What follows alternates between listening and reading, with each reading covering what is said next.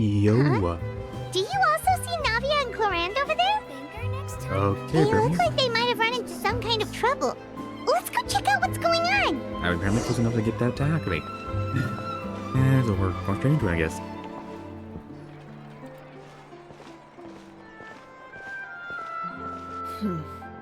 Still no dice? Not at all. And I've asked pretty much everyone in the court of Fontaine already. Lynette's ears drooped as soon as she heard that we'd have to be out and about for days on end. And Fremine, he hid himself under his helmet as soon as he realized there'd be people around that he didn't know. What about Chiori and Charlotte? I feel like both of them would be more than up to it. I've asked them already, but they're both pretty busy right now. I just gave the members of the Spina a few days off, too, so I don't want to bother them either. We're right behind you. This is getting pretty difficult. Same position. Navia, Clorinde, what's up? Oh my. Well, if it isn't my dear partners. How are you all doing? Huh. Navia? Huh?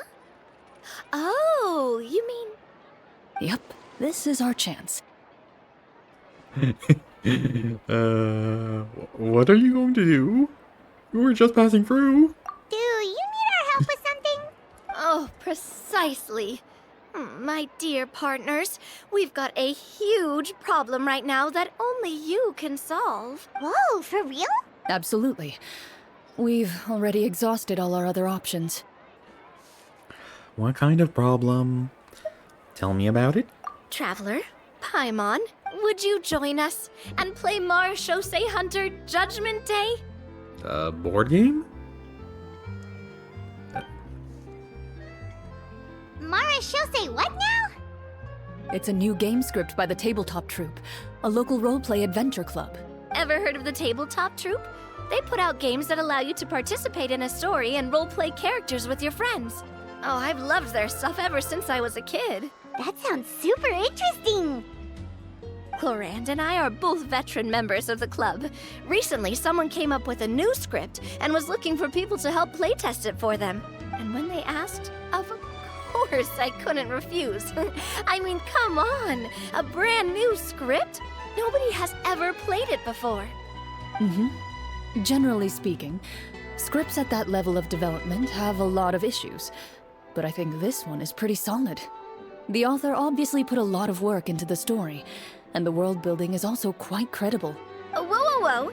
I know I was the one that handed you the script, but some of us haven't read it yet. No spoilers, please. Anyway, the script calls for a team of 4. Ah, yes. We're missing one final player right now. You were right. That is a big problem. So, you're saying you'll help us out? I knew I could count on you, partner. Paimon and the Traveler are kind of a package deal. Is that okay? That's not a problem. I'll adjust the pace based on the actual number of players, and ensure that everyone has a good time. Well, Traveler, what do you think? Wanna play? Paimon will follow your lead.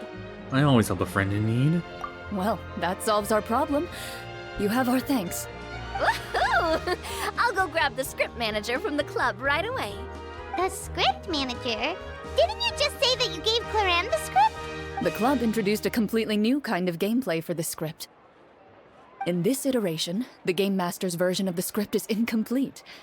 The script manager provides the next part of the script only after players have completed the current list of objectives. On top of that, in order to increase player immersion, the club has created some of the story's sets and scenes in real life. We'll only know where we should go once the script manager reveals the starting location. Wow, you're right. Whoever wrote this script really did put in a lot of work. And it's got a real healthy amount of suspense, right? I mean, even the GM doesn't know how the story will end. I look forward to experiencing it with you all. Why don't you go meet up with the others first? They should all be waiting at Chioria Boutique. I'll come over with the script manager as soon as I find them. Wait one moment. Checking something.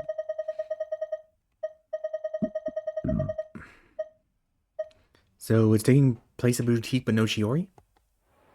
Sounds good. Remember to always watch where you're going, and don't rush. You say that like I'm 6 years old or something. Let me think. What kind of character should I play this time? I just hope you'll pick up some useful skills this time. Oh, and stop trying to persuade every animal you come across. Oh, you like the animals. Silent night. I didn't see this coming. Oh, the other way. Well, everyone has hobbies, I guess. I've played Pathfinder a few times. Oh, Lenny and Sorry to keep you waiting. Karina. Interesting combination. You're back! Huh? And you've got the Traveler and Paimon with you, too! What a pleasant surprise. I assume you'll be joining us for the game then? Linny, Farina! Paimon didn't know you were playing too! Are you also members of the tabletop troupe? Hey, you do. I'm more of a casual member if anything. I haven't taken part in many formal club activities. Lynette Fremine and I play something similar at the Hotel Bouffe Tété sometimes, but I'm usually the GM. Still, I'm sure it'll be fun being a player for the first time. I'm looking forward to it. Well, I'm not a member of the club at all. Clorinde simply woke me up first thing this morning, said there was a good script worth experiencing, and asked if I wanted in. Oh, kinda tricky. If you're interested, I can give you a referral. That should give you a 40% discount on membership fees. I think I'll wait to see how this experience plays out first, especially when it comes to the quality of the script. If it's sufficiently fun, then I'll join. Do you participate in a lot of tabletop troupe activities, Clorinde? You could say that. She's actually one of the few senior game masters of the troupe. Right. I knew about that even when she was still my subordinate. Well, I guess she doesn't get challenged to, enforce justice that often, because everyone's afraid of her reputation. It makes sense she'd have to find some hobbies. It's nothing. Really, just a small hobby of mine. Wow. Paimon's so used to seeing you be all upstanding and intimidating as the champion duelist. It's kinda hard to imagine you role-playing with a bunch of friends. So, if we have a problem with any of the rules, do we have to submit a duel request to you? Surely you jest. I would never intentionally make things difficult for my players. I maintain a clear boundary between my professional and personal lives. The me you see at court represents the law and order of Fontaine. I put all personal feelings to the side and grant a fair duel to all who seek to defend their honor. But in my personal life, I'm just an ordinary person. Someone who feels anger and sadness, just like everyone else. Well, you say that, but for all the time I've known you, I don't think I've ever seen you cry. I've seen you get angry, sure, but now I'm wondering whether you were actually mad or if it just looked that way from the outside. I was probably in work mode during those times. Is that so? Well, in any case, I just feel like even in your personal life, you don't get emotional very often. She is the stoic. So you want to see me cry? That might be a little difficult. A show of anger, though, that might be something I could accomplish. No, that's not what I meant. And we spent the day chatting away.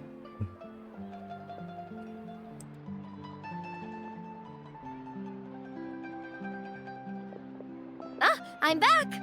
Here, allow me to introduce you to the script manager, Mr. Florian. Pleasure to meet you all. Wait, are you a champion duelist too, Mr. Florian? Oh, no. This is just the costume provided by the club. I occasionally play a few of the roles in my scripts. That sounds like a lot of work. It's nothing.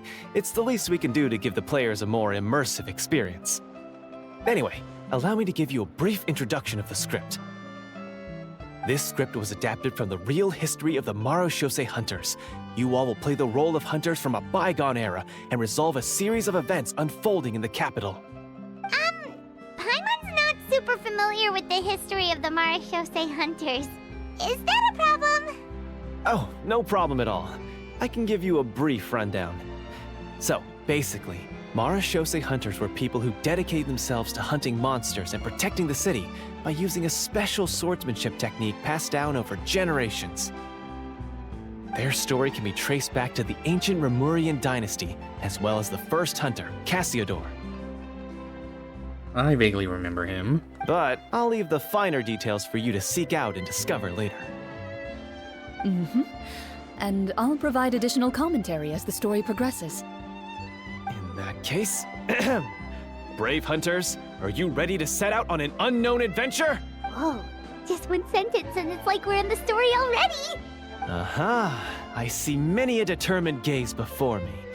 Very well, head over to this location and begin your heroic journey. So, as we follow the story, it leads us to specific scenes?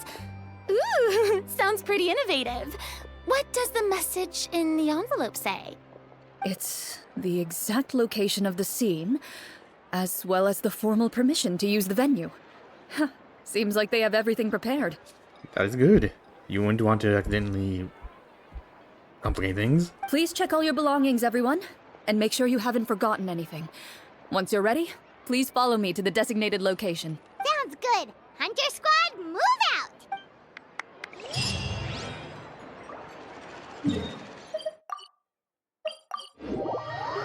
And teleport. I don't see anything yet. Oh.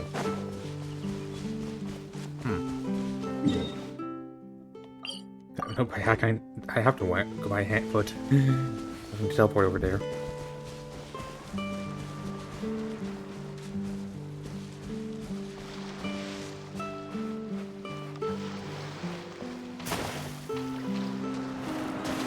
Ooh, that.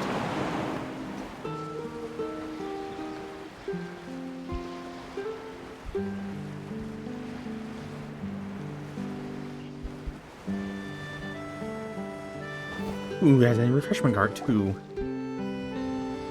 Whoa, they really have thought of everything.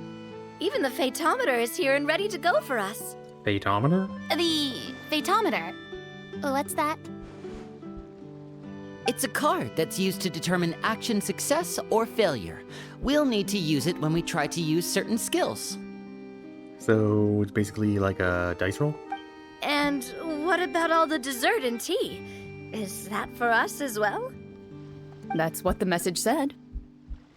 Oh, really? That's so nice. It feels just like a tea party with friends. Those snacks have Paimon's name written all over them! I think you might be more of a snack hunter than a Marashose hunter, Paimon. Snack Hunter Paimon reported for duty! If there are delicious snacks to be found, Paimon will track down every last one! Only she has enthusiasm. The desserts are great. But I'm still looking forward to the story more than anything. Very fair. Then, let us begin. First, please pick up the blank character cards in front of you, and write down your name and profession. You can find an abbreviated version of the rules printed on the back of your character card. If you have any questions, feel free to ask me. In this story, everyone is a Marashose hunter.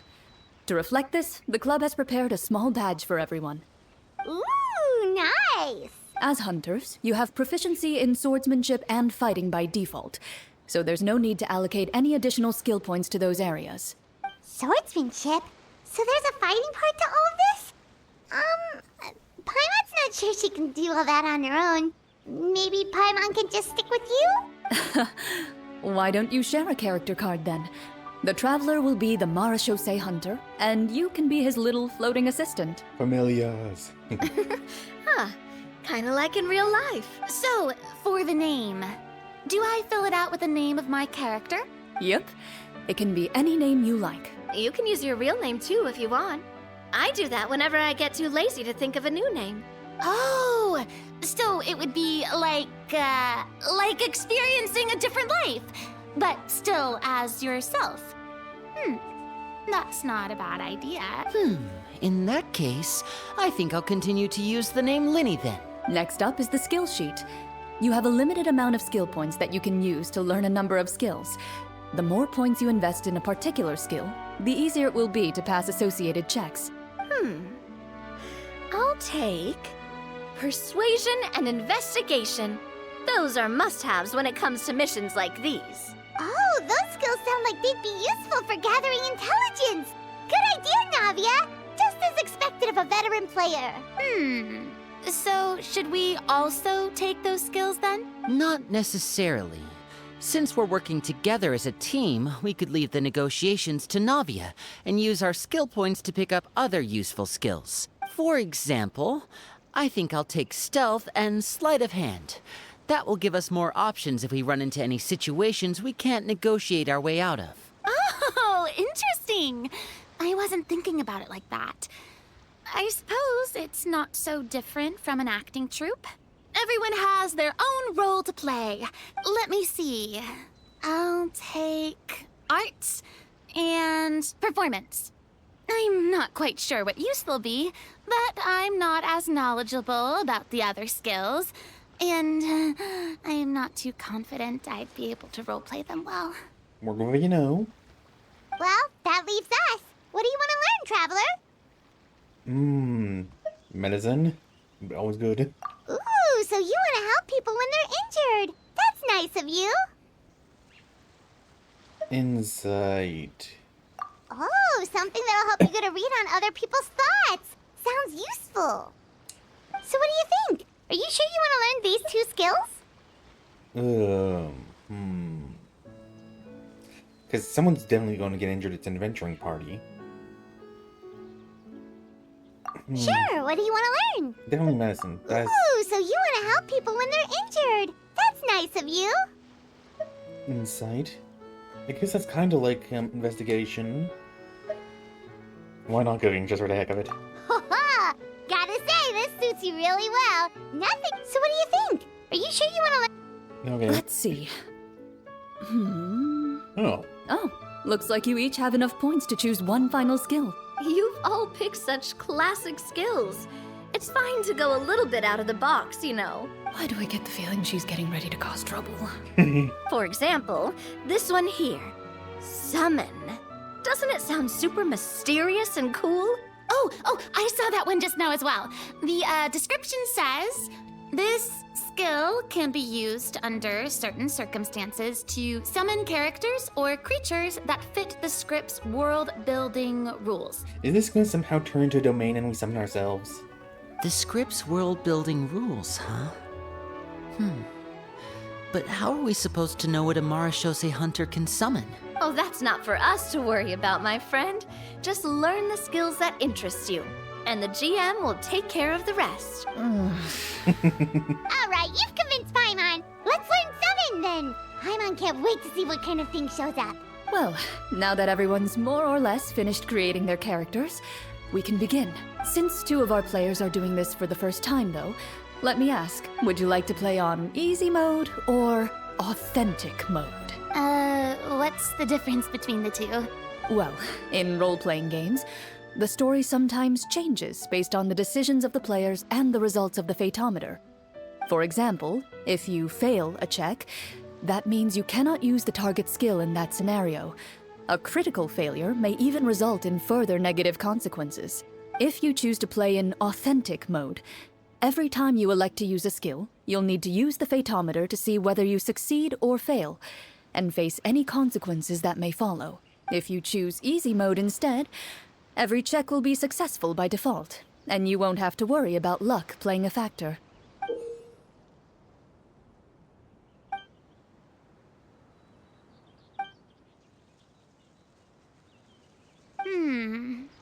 Given that I'd like to focus on the story, I suppose I should pick easy mode.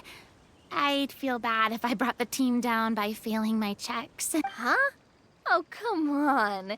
Don't worry about that. RNG is the lifeblood of role-playing games. I'm going with authentic mode for sure. Never knowing what you might have to overcome. Ugh, doesn't that sound exciting? I'd rather be mentally prepared for what might happen. All right, then I'll mark down Farina for easy mode. all her checks will be successful by default. As usual, Navia and Linny will play on authentic mode. What about you, dear partner? How would you like to play? Oh. I'd probably get called out for using easy mode, so let's go authentic. Are you sure? Yes, I'm sure. Trust me, you'll see the beauty of RNG. Honestly, I don't think Clorinde would make things too difficult for us, no matter what the Fatometer says. Isn't that right, Clorinde? No promises. That wasn't super reassuring. Well, anyway, enough talk. Let's get started. I want to experience at least a good chunk of the story today. Speaking of the story, why is the beginning scene on a beach? Well, that's because, a long time ago, back when human civilization was still in its infancy, powerful demons and evil sorcerers ruled over the land. They created a host of monsters and sent them to slaughter all humans in existence. Oh, this is cool. Soon, a group of human rebels banded together. With their swords raised, they swore to brave the darkness, and in doing so, subdue each and every monster that sought their destruction. They became known as the Marachose Hunters.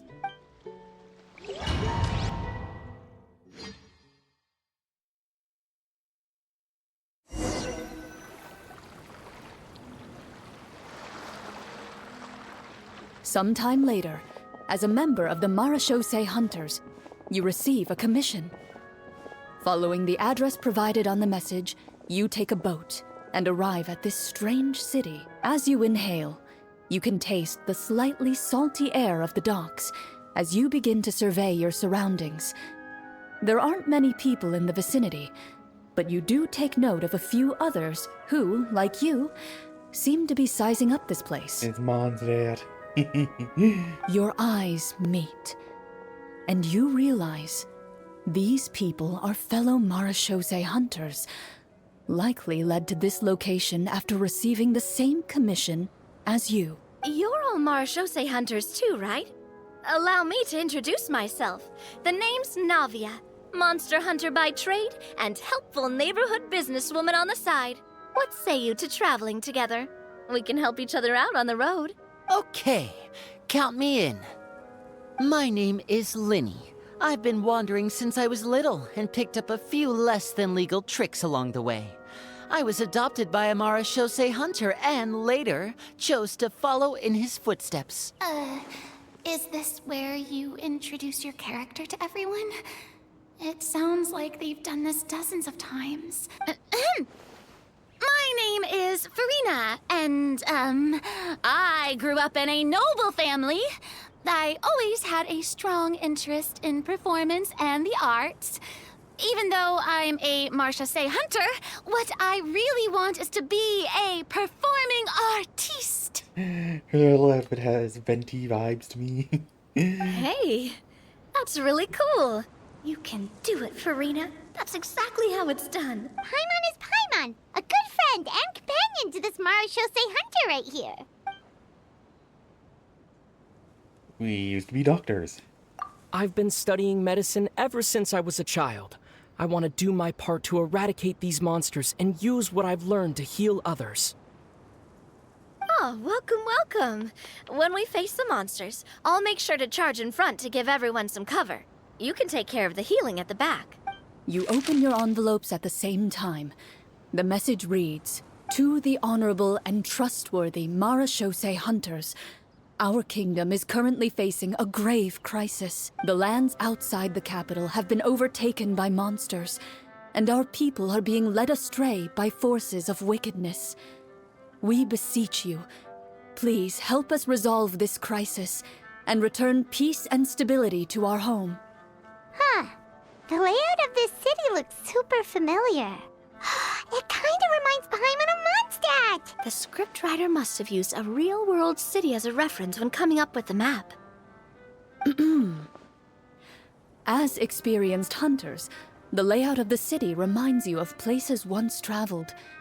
You recall the sight of tree-lined streets and the gentle tranquility of days gone by. Yet, as you regard the city in front of you, it appears to be little more than an empty shell. Its hollow gates are open to you, beckoning you to come forth and bring salvation back to the town. I carefully read every line of the letter and turn my attention to the signatures at the bottom. Who issued this commission to us? You see a long string of unfamiliar names. It would seem that many of the residents of the city issued this commission together.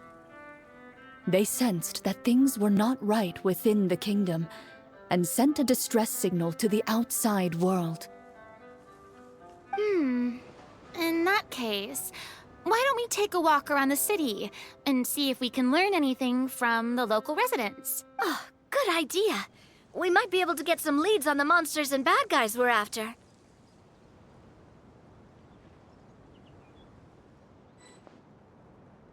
You look up and see a tavern nearby. It appears to be open for the day. Why don't we go check out that tavern? If the novels I've read are... Easy.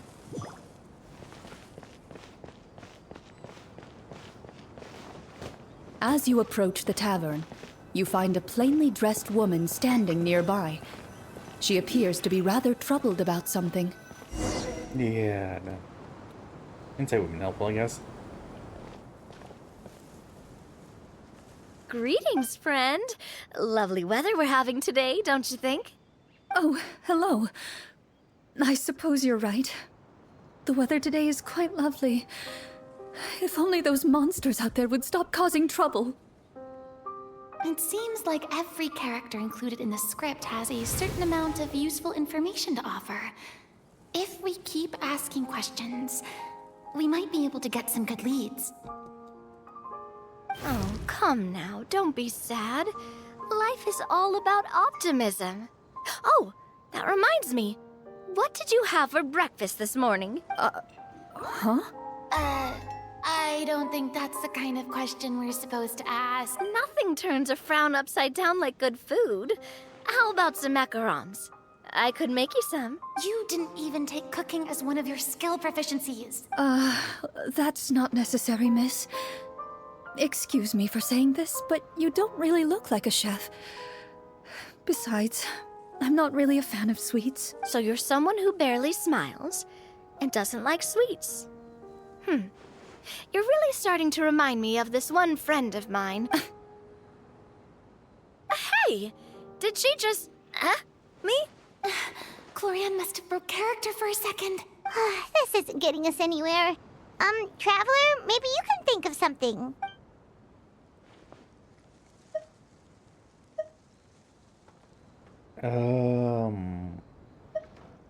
Any help here, Lily? Miss, we'd love to learn more about the monsters you mentioned. If you're willing to open up to us, we might just be able to help resolve the troubles you're facing.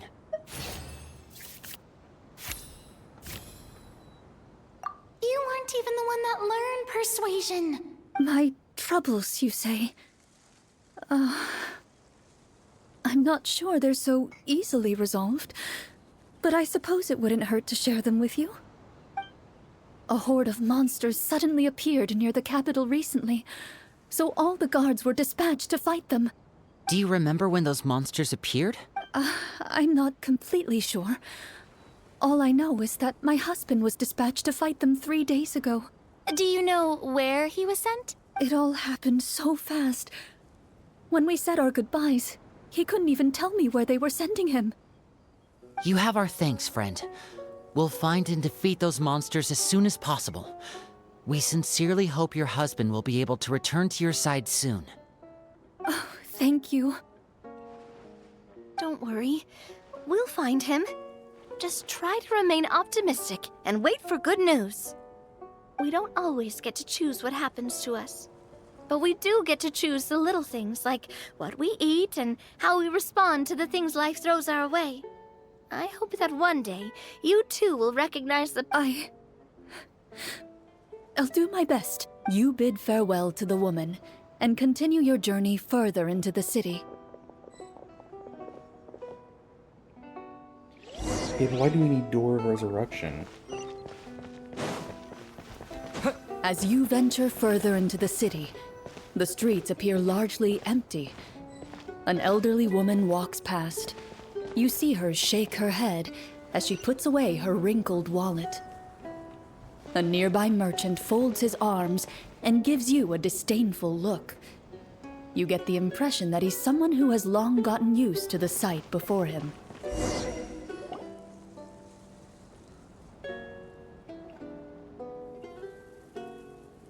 And then? Although he doesn't seem very friendly, merchants are usually a good source of information, right? Pardon me, sir. I'd like to ask a question if I may. That depends.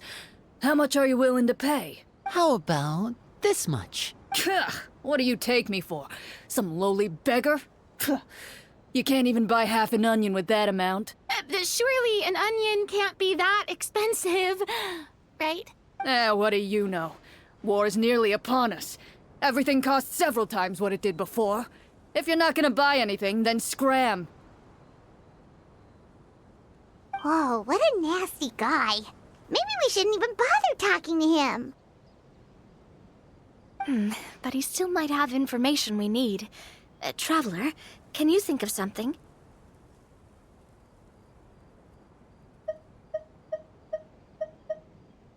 Persuade him, Navia. Sir, we came to this city to solve the very problem you seem to be referring to. The war you mentioned, would it happen to be against the monsters outside the city? If you happen to be well informed and know a thing or two about what's going on, we'd appreciate it if you could share that information with us. After all, the sooner this problem gets resolved, the easier it will be for you to do your business.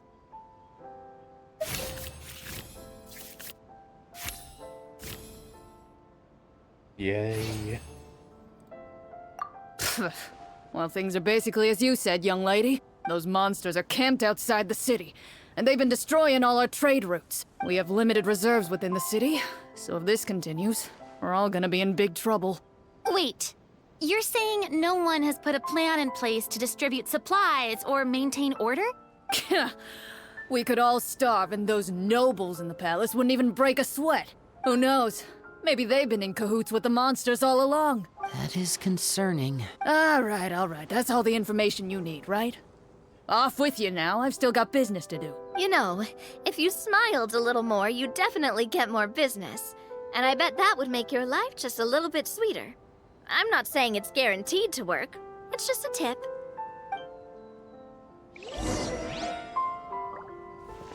Should we try to go somewhere with more people? Oh, how about the city square? Follow me.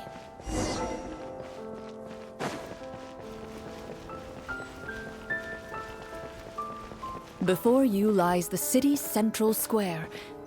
You see a man with a slightly anxious look on his face, pacing back and forth, his head hanging low. He doesn't seem to notice your approach. Still immersed in his own thoughts, he shakes his head and lets out a long sigh. This guy seems promising enough. Maybe I can get some information out of him. Hello, sir. Is there anything I can do to help you? Wait, you're... Oh, dear goodness! You're a Marechaussee hunter! You recognize us? Ah, are you one of the people who wrote the commission letter? Yes! Oh, I didn't expect you to actually come. Oh, what great news! The city is saved! What happened here? Alas, we once lived comfortable, carefree lives. This city used to be free of monsters. The first Marechaussee hunter, Casiodor, the Golden Hunter, he was the one who drove them back. However, monsters have once again surrounded the city. Perhaps the seal that kept them at bay has lost its power. Or perhaps an evil sorcerer has been meddling in our affairs. All I know for sure is that their return has stripped this city of any chance at peace. Are there not enough soldiers to drive them out? It's not a question of numbers. The guards simply have no idea how to deal with them. Most people my age have never even seen one of the monsters, much less been trained to fight against them. What's worse, many of us don't even know the history of the Marashose hunters anymore. When I was a child, though, my grandfather would tell me stories about how the Marashose hunters drove back the monsters. So, on the off chance that something might come of it, I decided to reach out to you. To be perfectly honest, I was starting to think all those stories were just tall tales. But now that I've seen you in person, I finally know that it was true! Well, you can rest easy, friend. The righteous and formidable Marashose hunters are on the case. The man is touched by your determination and resolve. His eyes begin to well with tears of relief. Still, if we are going to hunt the monsters, we need to know where to find them. Can you give us any leads? All I know is that the area outside the city is dangerous. I'm afraid I can't point you toward a specific location. Oh, although, if you leave the capital through the main gate and follow the road, you should run into a group of guards. They might know more about where to find the monsters. I see. We'll go look for them then. All right. Be careful. Oh, and one last thing. The monsters outside the city are just part of the problem. There are evil sorcerers inside the city as well, so be on your guard. They're actively working with the monsters, and have corrupted the court ministers with malicious magic. They're the reason why, even inside the city, everything has been a giant mess.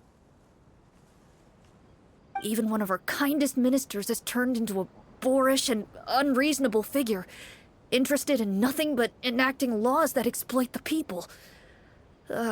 Who knows how much longer we'll be able to go on like this. Talk about being stuck between a rock and a hard place. I feel bad for him. Maybe we should try to cheer him up? Barina could sing him a song? Like, now? Is this really the right time?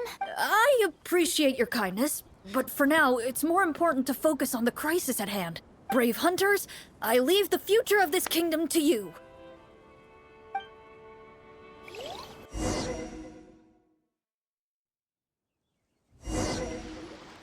If I understood correctly, there are currently 2 problems in the kingdom that need solving, right?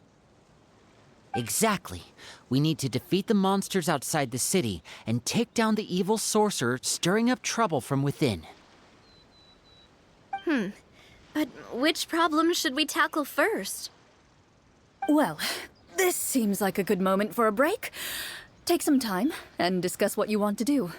Let me know when you've made your decision. I really didn't expect the people in the city to keep us at arm's length like that. I totally thought the hunters would be treated like heroes.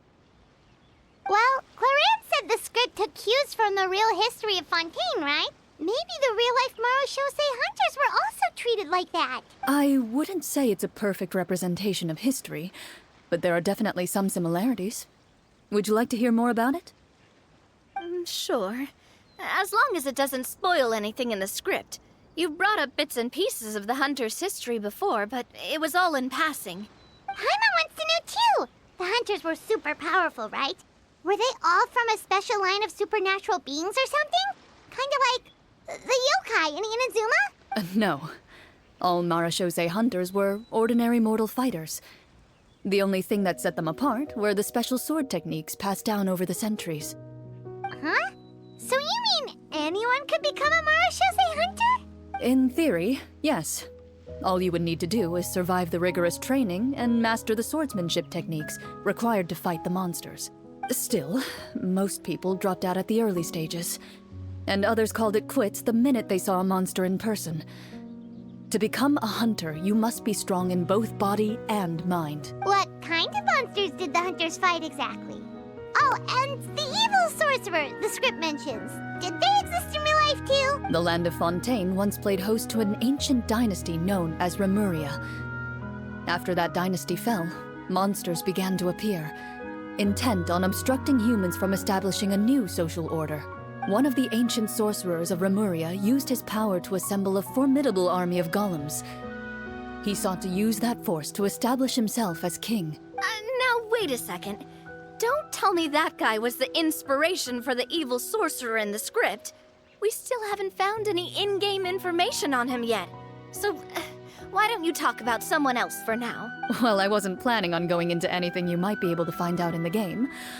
But if you want me to talk about something else, then... How about Casiodor, the Golden Hunter? Or Egeria, the ex-Hydro Archon? Wait, but those people are all from a super long time ago. Where did you learn all this, Clorinde? From my master. Huh.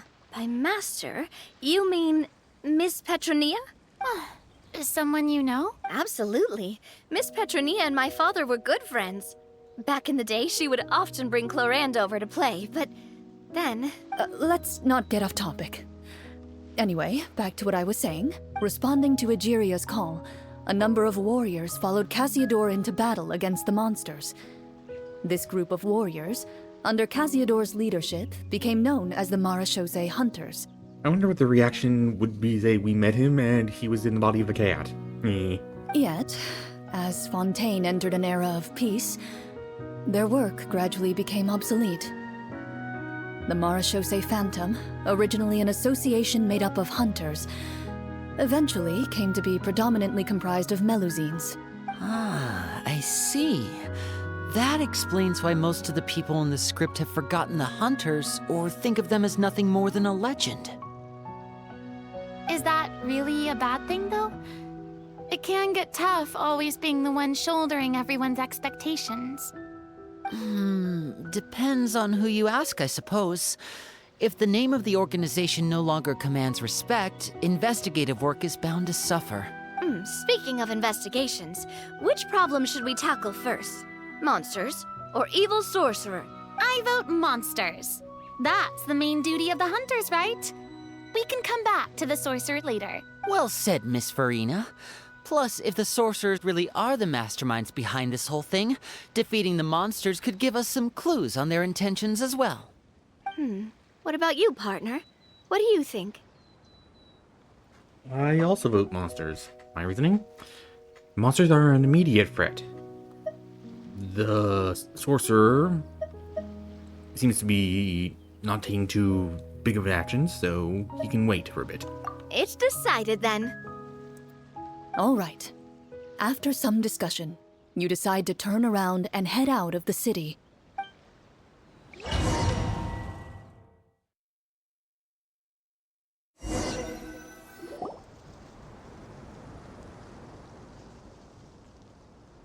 Let's take a look around, like that guy said. You there! Outsiders, halt! Who's there?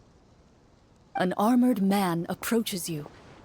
He has a tall, muscular build and a determined expression in his eyes. Just one look, and you can tell he's fought in his fair share of battles. Although he's trying his best to conceal his current state, his uneven gait and the sweat dripping down his forehead make it obvious that he's been wounded and is in serious pain. I'm the captain of the guard. I saw you sneaking around the city earlier, so I'll only ask this once. State your purpose, or it's off to the dungeons for the lot of you. Wow, it's been a while since someone's been this suspicious of us. I said talk, not whisper between yourselves. Have you ever heard of the Marachose Hunters? Marachose Hunters? Ha! That fairy tale, you mean? What, you expect me to believe you're one of them?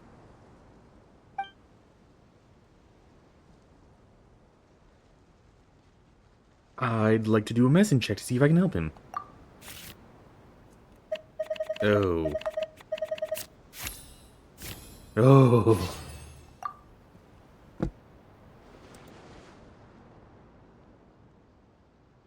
Using your knowledge of medicine, you're able to deduce that the injury on his calf was a monster's doing, and the wound has already begun to fester. As you check him over, he looks at you with suspicion and retracts his injured leg further back. I'm a doctor by trade. Please, let me redress your wound. You don't have to suffer like this. The man appears somewhat disgruntled at having been exposed, but soon relents and raises his leg for you to take a better look. He allows you to apply a poultice of specialized medicine to the wound, and it appears to bring him much relief. Oh, right. Guess you lot might actually be real Marachose hunters after all. In any case, you've successfully treated my wound. Oh, what do you want to know? Do you know where we can find the monsters, or the other guards who are fighting them? He informs you of the various locations where monsters have appeared. He looks in that general direction with a pained gaze, as if a thin, invisible thread is pulling on his wound. Some of our new recruits have never even dealt with a petty thief, and now they're out there fighting monsters. If it weren't for this cursed leg. Oh, please, sir. Don't get too worked up. You need to focus on your recovery. Just leave the monsters to us. We're Marachose hunters, after all. Hearing you say that, a glimmer of hope flashes in his eyes. But it disappears almost as quickly as it came. Those monsters aren't easy to deal with. But if you insist on going, I won't stop you either. I just hope all the guards will be able to come back to their families alive. I wish you the best of luck. Based on what the captain said, the monsters should be right up ahead. Let's go. Hopefully we're not too late. Will we actually get to fight, though, is the question. Some guards. As you approach the battlefield, you see numerous people lying by the side of the road. They appear to be dressed like guards. Their faces are filled with desperation and terror. Some are screaming and cursing in vain, as if still trying to banish the monstrosities they saw from their minds.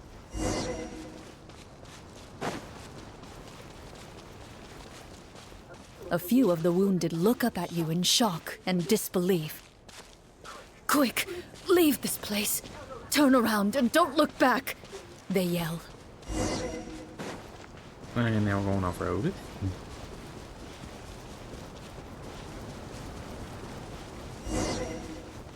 And what type of monsters? Ooh. Okay. I don't remember this being here.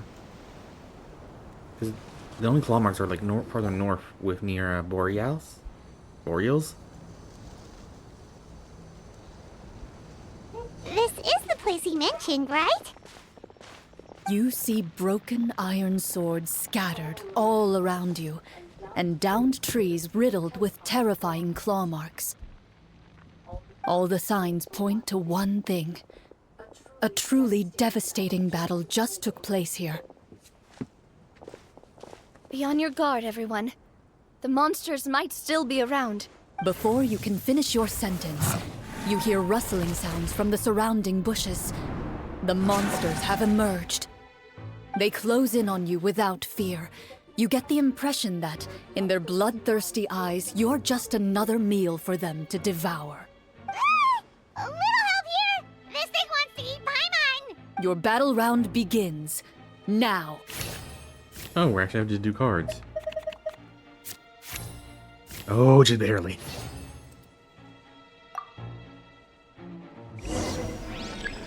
I'm guessing we get, yeah, buffs or debuffs depending on...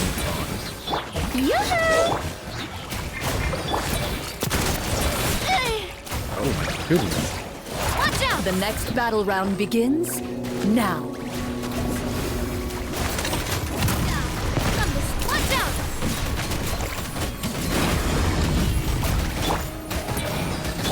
Step right up.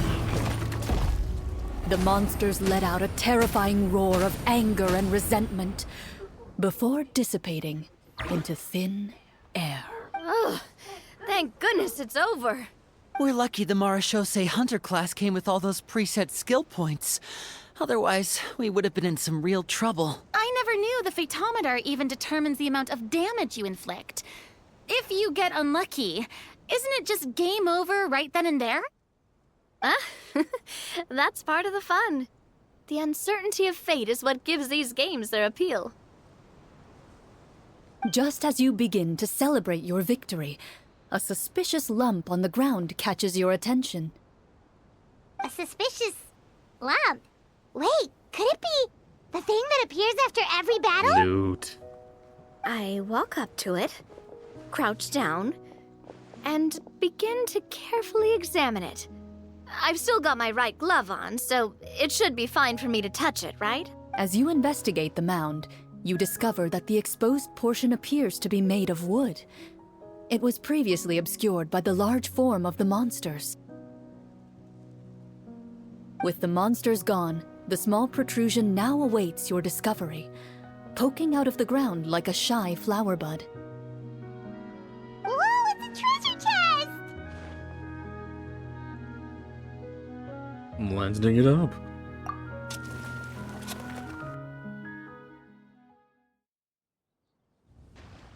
Do we have to roll for loot? With everyone's help, you successfully excavate the wooden chest from the ground. Even without opening it, you can tell from the mora and jewels scattered around the chest that it must contain quite the fortune. Makes sense. We worked hard for this. Let's open it and we can share what's inside. I can understand your excitement, Paimon, but think about it.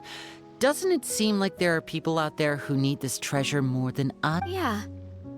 Think about all the people suffering in the capital, or all those guards who got hurt fighting the monsters. Wouldn't it be better if we gave the treasure to them? Wait, is that how it works? Paimon thought since we were the ones to dig it up, we could just take it for ourselves. Well, let's put it this way. Any decision you make during a role-playing game can impact the future course of the story. But would the people really believe us? It's hard enough for us to prove we're Marcia Say hunters. What if they think we procured the treasure illegally? They might get even more suspicious of us. That's definitely something we should consider.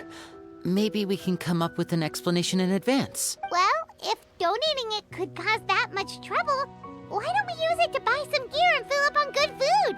Then we'll be ready to fight even more bad guys. Looks like you're facing a difficult choice once again. Well, it's getting late. Why don't we call it a day for now? Wow!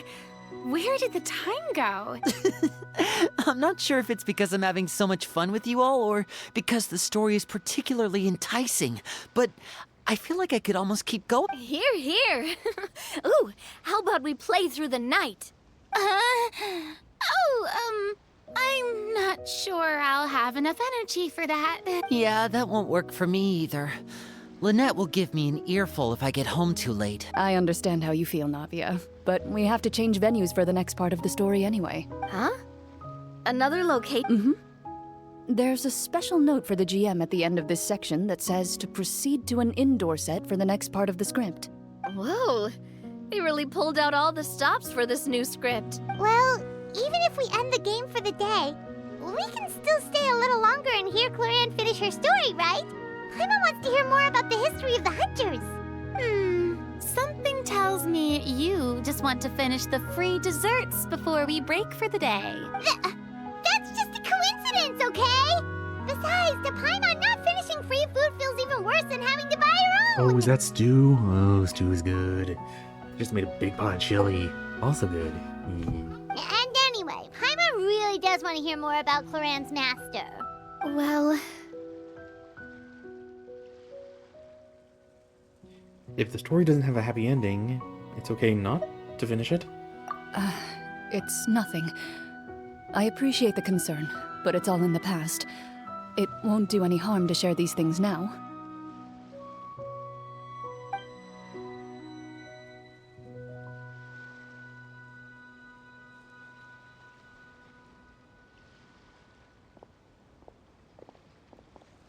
My earliest memories are of living with Master. According to her, she saved me from certain people of ill repute. My birth parents had left me behind some time before that. What a heavy beginning for a life story. Master was a fascinating individual, if inexperienced in the ways of raising children. My first ever toy was a short sword. Although I suppose it wasn't so much a toy as something Master removed from her waist and handed to a noisy child in need of distraction. Oh, wait, so she handed an actual sword to a child? Isn't that dangerous? Did you hurt yourself? Of course I did. I cut my palm and bled quite a lot. But Master was not concerned. She just stood there and casually lectured me about it. "See, that's what you get for not holding the sword properly," she told me. She then crouched down next to me and said, "Give me your hand. I'll teach you to bandage this wound. After that, it's time to learn how to truly hold a blade." Excuse me for asking this, Clorinde, but how old were you exactly when all this happened? Probably around, 3, give or take. Really? 3? Isn't that when most kids are still struggling to hold a fork? As I said, Master was rather inexperienced in the ways of raising children. She believed trial and error was the best way to teach a child what they're capable of. I'm not so sure this is a question of experience. Or rather, sheer lack of knowledge? I didn't see anything wrong with her ways at the time. And anyway, children don't get to choose how they're raised. Oh, she did bring me back a pet from Liyue once. It was a Geovishap hatchling. Really? A Geovishap hatchling? For a pet? That seems even more dangerous. What she said was this: "Make sure to get along, you two. If you really can't agree on something, just settle it with a fight. Whoever loses is the real pet." I mean, there's lack of experience in raising a child, and there's this. And how old were you when this happened? 5. Well, did you win? No, I lost. So you're saying you actually became the Geovishap's pet? Yes, but only for a week. By the end of that week, I defeated it in combat, and we've shared a cordial relationship ever since. Okay then. That really doesn't sound like the kind of childhood someone should have. Later on, I gradually understood that Master most likely didn't know any other way to raise a child. She was a Marechaussee hunter, but I never heard her bring up her own parents. Thanks to her, I learned how to navigate the forest by the age of 6, and could hunt monsters in the wild by myself the year after that. Even though the training she subjected me to was strict, she always made sure to take me traveling when she had the time. We met many of her friends during those days. That was also how I met Mr. Callis and his family. I still remember the first time we met. You were too scared to join our picnic and hid behind Ms. Petronia the whole time. I still hadn't really met many children my age at that time, so I didn't know how to interact with others. After that, though, you started coming over a lot. You loved challenging people to shooting competitions, remember? I don't think many members of the Spina ever beat you in one of those. I had a lot of fun those days. I enjoyed them too. Oh, do you remember that one time we went exploring around the Spina together? We overheard Papa call your master Fontaine's Protector of Justice. We tried to pretend like we never heard anything, but you nearly let it slip that one time. Protector of Justice? Oh, wait, you mean that vigilante hero from 20 years ago? The one who is always active at night? Did Luke had inspiration? Yep, that would be her. She often would put on a black cloak and go out at night. I never knew where she went or what she was doing. Until, like Navia said, we overheard the truth from Mr. Callis that night. 20 years ago, huh? I still remember the guards leaving all kinds of witness reports about her on Nervalette's desk. My apologies. Oh, there's no need to apologize. You had nothing to do with it. And anyway, everything she did was for a good cause. Although, calling herself the Protector of Order was a bit much. Especially when she deliberately operated outside the law. Huh? When did the Protector of Justice become the Protector of Order? Oh, she had a bunch of code names. I heard she would just come up with a name on the spot whenever she was asked. Later on, she probably got sick of answering those questions and decided to stick to just two. The Protector of Justice and the Protector of Order. That sounds like her, all right.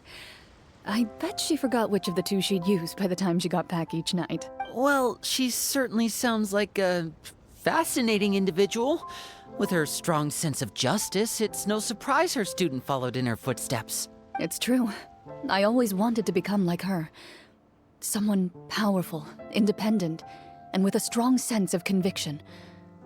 But she suddenly disappeared the night I turned 10 years old. Disappeared? What happened? I have no idea. She didn't even leave a note. I was never able to find out where she went. That night, I was celebrating my birthday at Navia's house. But Master never came to pick me up. When I returned home on my own, it was to an empty house. When she still didn't appear after a few days, I went to Mr. Callus's house to ask about her whereabouts. But he only shook his head. Papa probably didn't know either. I know he sent a few people to investigate the matter in secret, but they never found any credible leads. Don't worry, I understand. To be perfectly honest, given Master's personality and way of doing things, it all made a lot of sense. If I had to guess, I'd say she probably used it as an opportunity to force me to become independent. Just like how, when a litter of kittens reaches a certain age, the mother willingly leaves them behind. Were you upset, Clorinde? I was at first, but not anymore.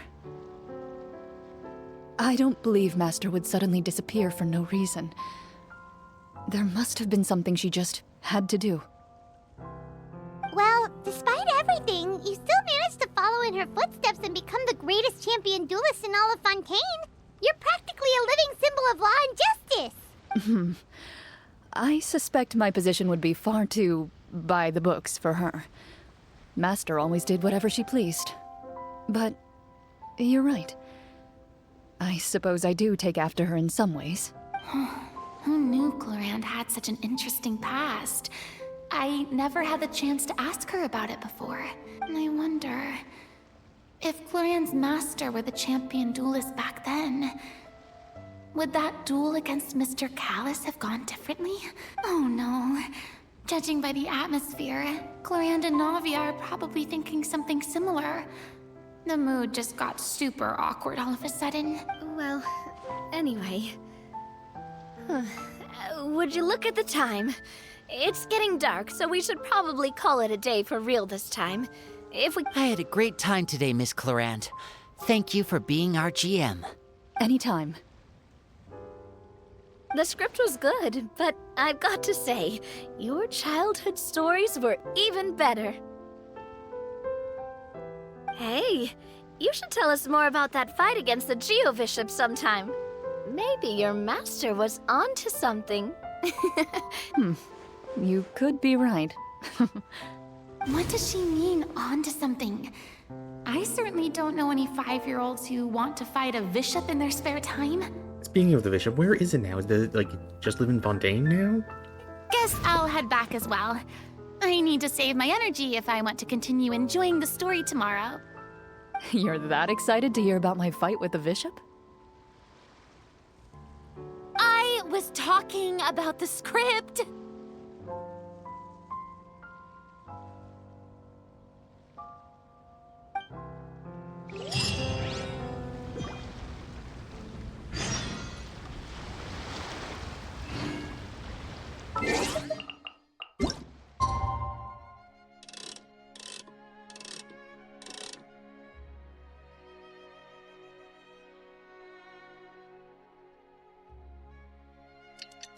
Just missed.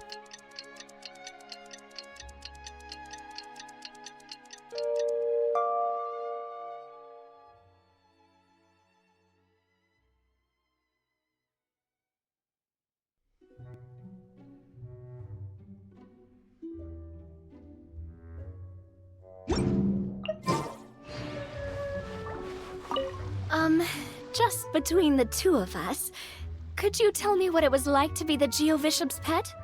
It was nothing special, really. Geovishops don't understand the concept of a pet. So basically, it just headbutted me whenever I entered its territory. And that hurt? Yeah, it hurt. What, something you want to experience for yourself? Oh, I'm good. Thanks. Let's go meet up with the group. Paimon's really looking forward to today's story. Teleport. There's an inside place over there?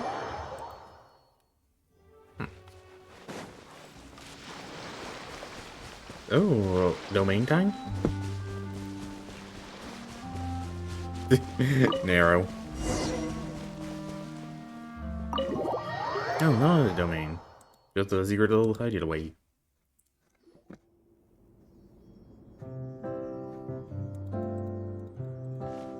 Looks like everyone's here. Now, before we begin, why don't we finish where we left off yesterday? There was an important decision to be made, yes? I'll pour everyone a cup of tea. Is that really the most important part, though, Clorinde? Paimon's more concerned about our current surroundings. Heavy walls, cold railings, dim lights. This is obviously supposed to be a prison. I admire the work put into the set. Still, it's obvious the scriptwriter has never paid a visit to the fortress of Rapperia.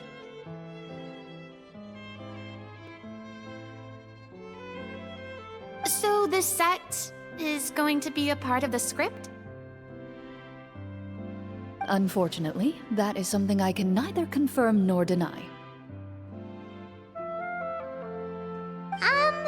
Anyone think Clorinde's smile is starting to look kinda scary?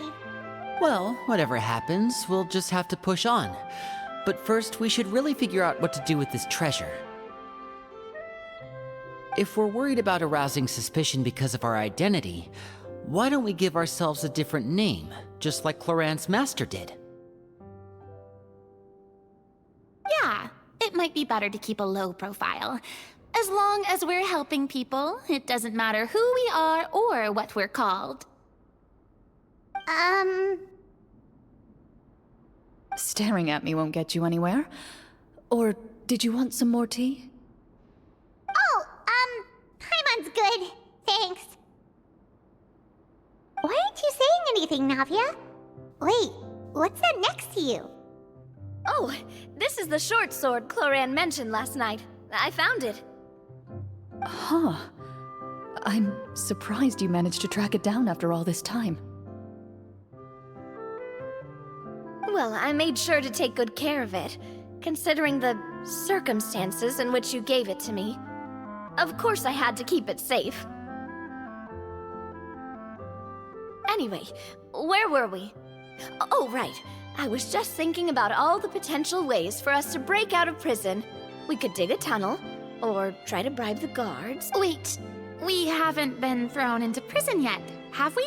Well, it's only a matter of time. It pays to be prepared. Just like how you should always have an umbrella on hand, even when it's sunny. And your umbrella is also a cannon. Alright, Paimon's made up her mind. Let's just give the treasure away. Paimon may have wanted to keep it, but if it's going to land us in prison somehow, Paimon will be too upset to enjoy her snacks. Paimon's developing as a character. So, you reached an agreement? All right then, we can continue with the story. Oh, and we'll collect all the scattered pieces of treasure on the ground as well. All right. You collect the treasure and make your way back to the capital with your bag of loot in hand.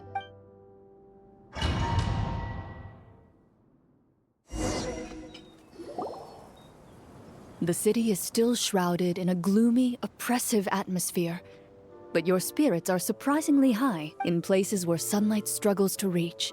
You generously share your wealth with the children, the elderly, and the poor in urgent need of help. Thank you, kind soul. The elderly woman's look of gratitude follows you as you walk away, her eyes never leaving your back until you move entirely out of sight.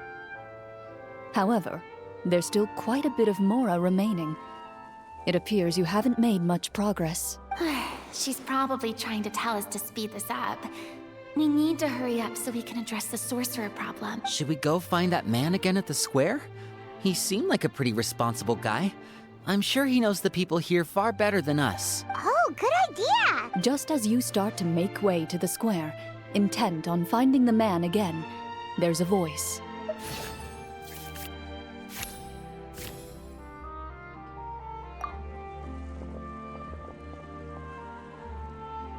Please wait, distinguished guests. Several strange guards suddenly call out to you. They run forward to meet you and proceed to politely pay their respects. Greetings, gentlemen. Are we being invited for afternoon tea? Surely you jest, my lady. That would not be our place. It is His Excellency the King who requests to meet with you. Please come with us. Either the king's gonna ask for help or he wants all the money. Do you think this could be a trap? Well, we have to investigate the court at some point, right? Meeting the king himself would be a fantastic opportunity to do that. I say we go for it. If something happens, we'll just turn the whole place upside down. After a quick discussion, you nod to the guards and agree to follow. They lead you all the way to the audience hall of the palace. Gilded tables line both sides of the hall. The space itself is adorned with all manner of expensive antiques, glass shelves, and silver candlesticks. The items appear quite ordinary in size and dimension, yet their presence somehow makes the emptiness of the hall feel even more surreal and ominous. Wow, it's so luxurious! The elderly king, clad in a magnificent robe, sits upon the deep crimson throne before you. He wears above his head a majestic crown, with a gemstone the size of a bird's egg set right at the very front. As you observe it, you see a complex pattern of light reflect off its surface. They're here, Your Majesty. A man dressed in dark clothes, likely a minister, shields his mouth with his hands and bends down to whisper a few words to the king. After a moment, he lowers his hands and stands back up. His gaze shifts to fixate on your group, but he does not move from his place at the king's side. The king does not appear entirely aware of his surroundings. The man by his side, though, we should keep a close eye on him. The king remains still and says nothing. The minister is the one who speaks. Esteemed guests, allow me to thank you for coming to our faraway kingdom. Unfortunately, His Majesty the King finds himself quite exhausted from work. So please allow me, his Prime Minister, to welcome you in his stead. I've heard tell that your group, the Marechaussee Hunters, used your exceptional ability with the sword to repel the monsters near the capital. Such a great deed deserves to be rewarded. However, seeing that I was not fortunate enough to observe such a feat with my own eyes, you'll forgive me for seeking to verify the truth by speaking to you myself. Well, we've got nothing to hide. You brought us here to talk, right? So we'll just explain what happened.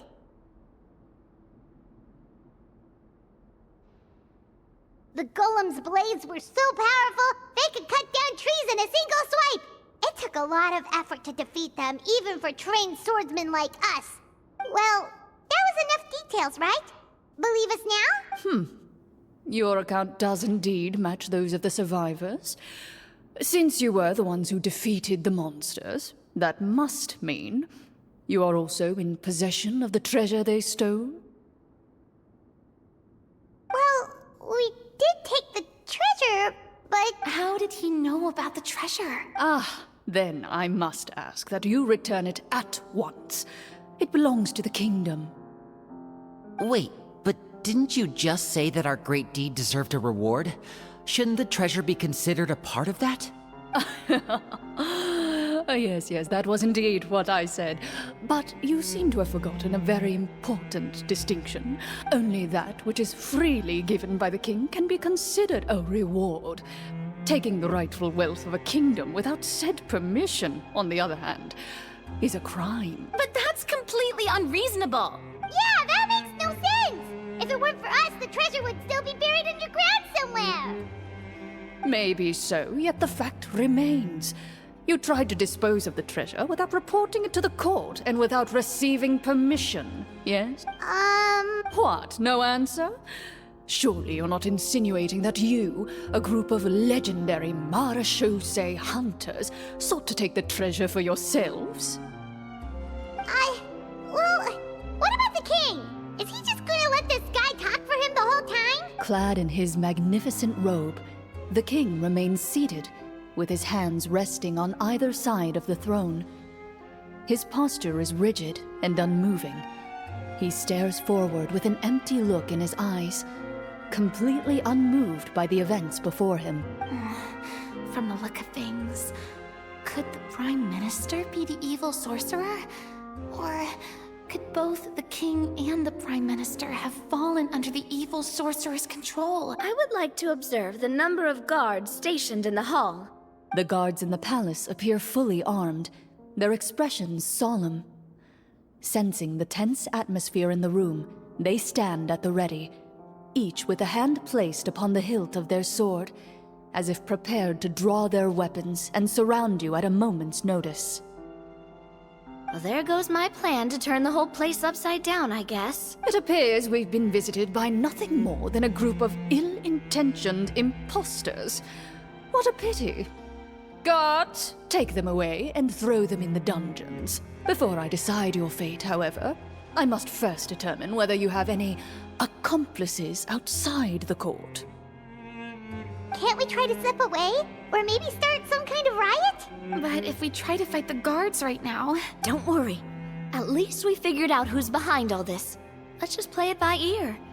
If you're scared, Paimon, just hold my hand. You can have my hand too. Aw, thanks, you guys. You allow yourself to be led away by guards surrounding you on both sides. It's only when you begin to feel drops of water falling from the dungeon ceiling and smell the stench of death and decay all around you that you finally realize you've stepped into a completely different world. Stay here, and don't try anything funny. The guards lock the cell door and leave without looking back. Wait, sir! Your voice echoes through the dark hall, but the only response you receive is the sound of water dripping from the No! What should we do now? Carve out a new path of fate with our own two hands, of course. I draw my weapon. You reach toward your waist, but find nothing there. You now recall that your weapons were confiscated before the guards locked you in the cell. The bag of treasure along with them. What about that knife I hid in my boot? When did you hide it in there? When I was thinking about digging a tunnel. Rejected. You failed to inform the GM of this course of action. Moreover, the guards would have conducted a thorough search before throwing you in prison. And the keys to the cell aren't anywhere to be seen? Correct. You don't even feel a lock hole on the cell door. Oh, well, there goes all our plans. Indeed. Huh? Why are you the one saying indeed? Because that statement holds true for me as well. This is where the script ends. What? But that's a terrible ending! Generally speaking, this should be the point where the scriptwriter gives the players some kind of hint, or gives the GM some kind of code for how to move forward. I mean, maybe they just really wanted us to be immersed in the feeling of being in prison? Like, they'll only show us the way out once we've grown truly and utterly desperate? That is a possibility. If only there were desserts and tea in real prison. Oh, wait, guess that's kind of how the Fortress of Meripede works if you're lucky. Oh, before I forget, Navia, the short sword you had with you earlier, I took a closer look, and the craftsmanship doesn't appear to resemble anything from this era. If I remember correctly, that style was last in vogue several hundred years ago. Cool. Wait, Clorinde said that sword used to belong to her master, right? Does that mean her master has been alive that long? Or just took very good care of it. And was like, hand me down. I doubt it. The way she went about things often made her seem childish more than anything. I'd say the sword was most likely an heirloom passed down over time. Hang on. A precious heirloom passed down to you by your master. And you gave it to me just like that? You weren't worried I might lose it? Master left many things to me when she disappeared. There was the sword, an old key, and a good amount of junk she probably just didn't want to take with her. I gave you the sword back then, because I didn't want our friendship to end. Wait, when did this happen exactly? After the duel. Between Mr. Callis and myself. Well, that's awkward. Before that, Clorinde would have meals with us and even stay over at the Spina some days. She was on great terms with Papa as well.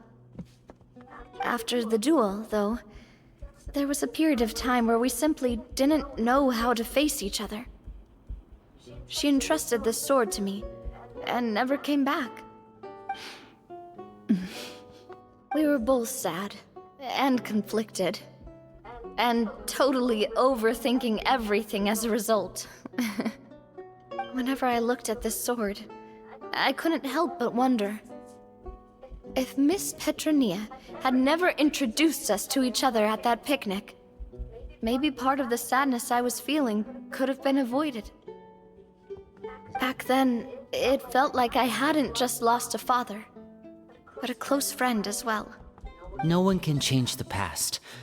The most important thing is that you two found your way back to each other and can enjoy things like this together. Yep, you're right. I'm sorry, you two. I didn't mean to bring up any sad memories. Think nothing of it. No one here is at fault.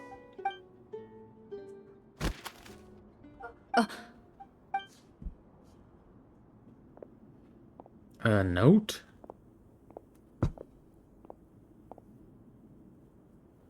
More script? Is it a work? It's a work in progress? Looks like the next part of our script is here. Perfect timing. The situation was really starting to get desperate. And not just because of the prison thing. From Clarenne's face, I really can't tell if it's good news or bad news. Maintaining a poker face takes true skill. Water continues to drip from the ceiling. In this lightless dungeon, you lack a reliable way to tell how much time has passed. Eventually, you get used to the unpleasant odor of straw, mold, and rust, and find yourselves alternating between fits of drowsiness and despair. Suddenly, you hear footsteps outside the door. Heads up, everyone. Someone's coming. Gather close, everyone, and keep your voice down. It's the guard we helped. Never let in jail. Who are you? I work as a guard in these dungeons, but my true identity is the same as your own. I'm also a Marashose hunter. Huh? Shh! I've already sent away the other guards, but if we make too much noise... I understand, but how can we... The king has issued a formal decree. In light of the irrefutable proof of your crime, you're to be executed before tomorrow's sunrise. If you want to escape, it has to be now. Executed? We barely did anything! Monsters appearing at the same location as the treasure. Could this entire thing have been a trap? There will be time for speculation once we're out of here. As for my identity, I have no way to prove that to you just yet. Infiltrating the capital was difficult, and finding a chance to speak with you has taken a lot out of me. I could go on, but I think we can all agree that now is not the time for details. Well, it doesn't look like we have any other choice. Have you seen our weapons anywhere, sir? Don't worry, I brought them with me. They're just behind the door. Still, these weapons alone won't be enough to defeat the true enemy behind the scenes. His faction is too powerful. The guards are all under his control, and he's even stationed a number of golems in various rooms throughout the palace. To defeat him, you must find a secret vault. It is said that within that vault, the Marashose hunters of the past left behind a treasure with the power to defeat the sorcerer. You're not coming with us? No, I'll remain in the dungeons to deal with the guards. I'll try my best to distract them so they don't go after you.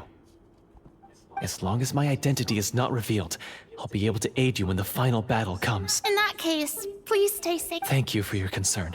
I will do my utmost. As for the location of the vault, here, this map should lead you there.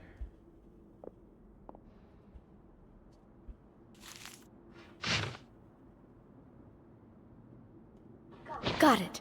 All right, once I open the door, remember to stick close and refrain from making any noise. I'll lead you out of here as quickly as possible. You now have the chance to restore the honor and legacy of the Mara Shosei Hunters. So please, get out there and reclaim what's ours. And be sure to exercise caution. With the help of the guard, you successfully escape the dungeons. Your sense of despair and anxiety both seem to fade as you continue your quest.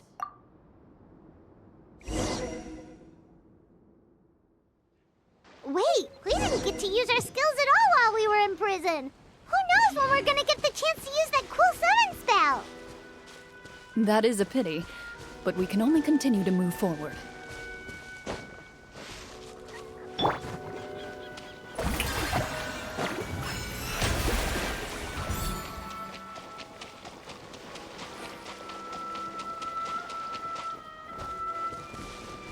I'm guessing this cave, like, was this always here?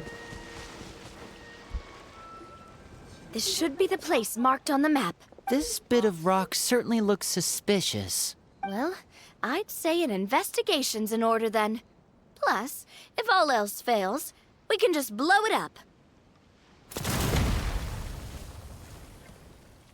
Wow, you really meant that! Before you lies a serene stretch of open water, its surface shimmering a brilliant shade of sapphire blue. Well, guess this means it's time for a swim!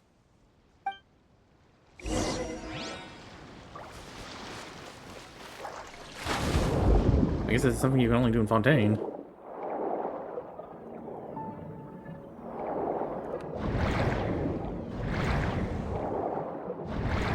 Oh, that's a bit dizzying.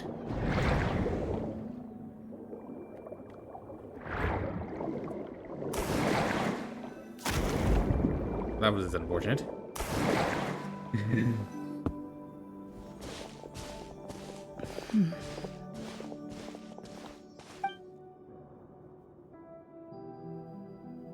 Oh, what's the matter?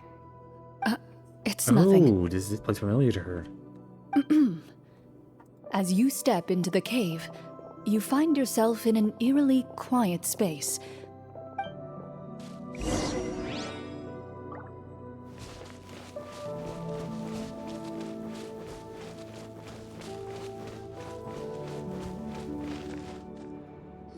Anything? Wow, this must be where the treasure is hidden! But this door is blocking our way in. It almost looks like it's been here for quite some time. I've got to hand it to the tabletop troupe. They really went all out with the props.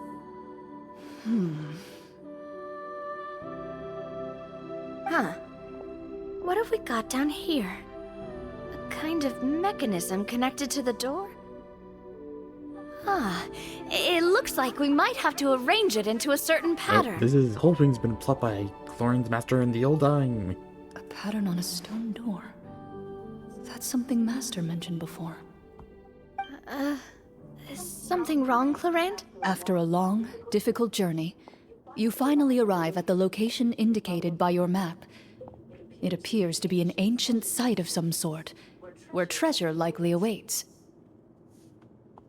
Your surroundings are exceedingly quiet and serene, as if the secret that slumbers here has never once been disturbed. If you listen closely, you can almost convince yourself you can hear the sound of its calm, gentle breathing. That description makes Paimon feel kinda bad for disturbing this place. We're doing this for the sake of the people, to free them from the evil sorcerer. I say it's time for this treasure to once again see the light of day. Linny's right. We need to keep going. The future of the kingdom depends on it. The next part of the story requires us to solve the puzzle, right? Let's start exploring the area. Yes, that should be fine. Something feels off about all this. Guess I'll just have to improvise. Pull it out of the butt. Hey, Farina, it's Farina. Oh, moment.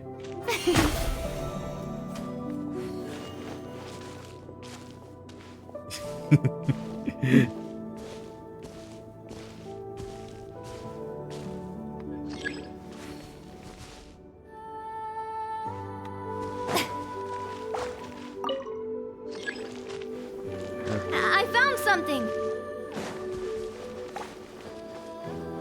Found something here, too.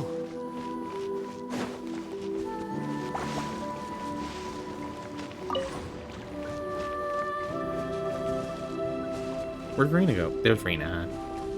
Same here.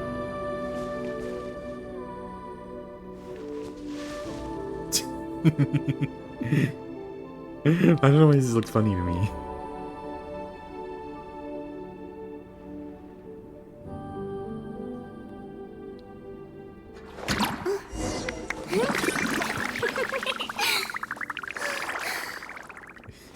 Farina claps for Farina.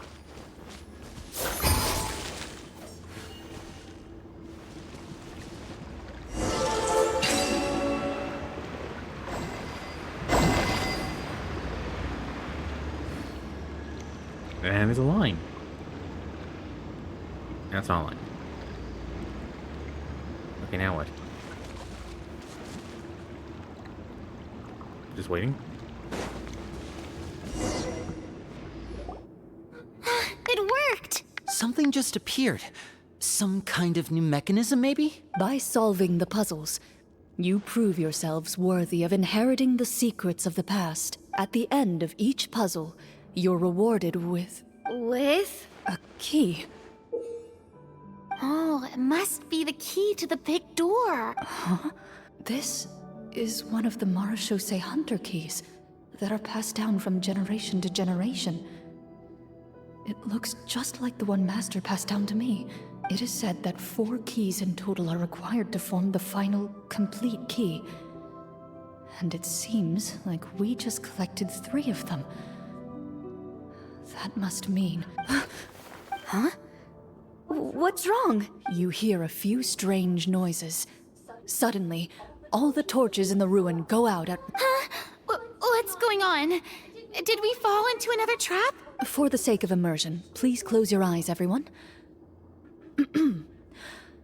Without the torches, the space is now completely dark, and you cannot see anything. You're gonna have to kill some monsters while they're pretending it's dark.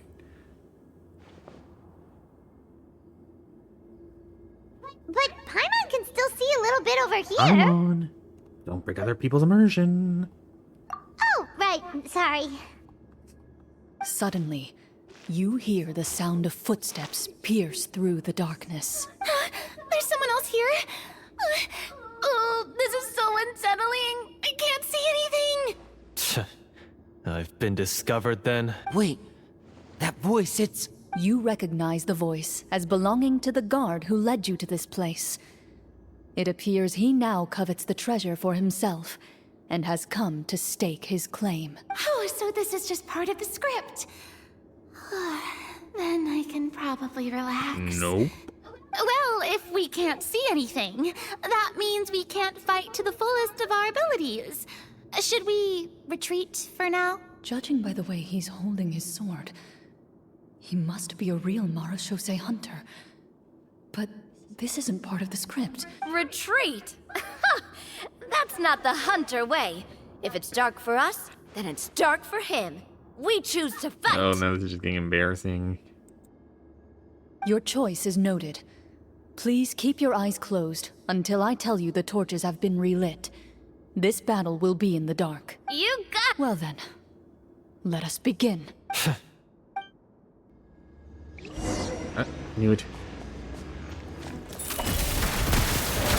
I'd like to try to hit him with my sword. Your strike is successful. Is he still standing? Goodness, he sure has a lot of HP. Nope, he's already gone. Is it over? Can we open our eyes now? The enemy is strong and relentless, but the battle is nearing its end. The torches have not been relit. What about now? Final strike.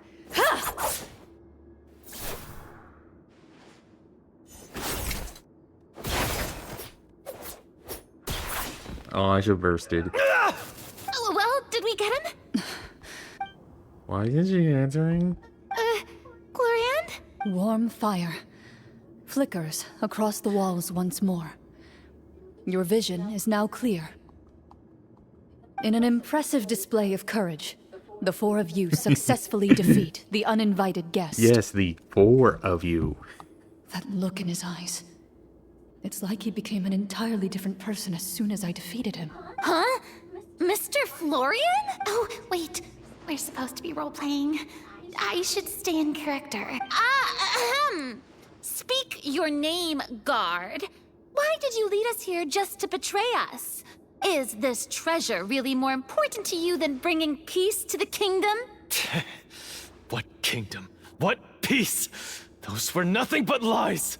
I, Florian, am a true Marechaussee hunter, descended from hunters of ages past. So he's also using his real name. Or, wait, was that the name of his character from the very beginning? Then I'm even more confused. If you truly are a Marechaussee hunter, shouldn't you want to help us just like you said before? Shouldn't we fight together for the sake of the people? What do you know? In this day and age, there's no glory to be had as a Marechaussee hunter. What's that supposed to mean? My skills were passed down to me by my father. We lived a life of obscurity in the remote wilderness. Still, he devoted everything he had to being a Marechaussee hunter. And what did he get in return?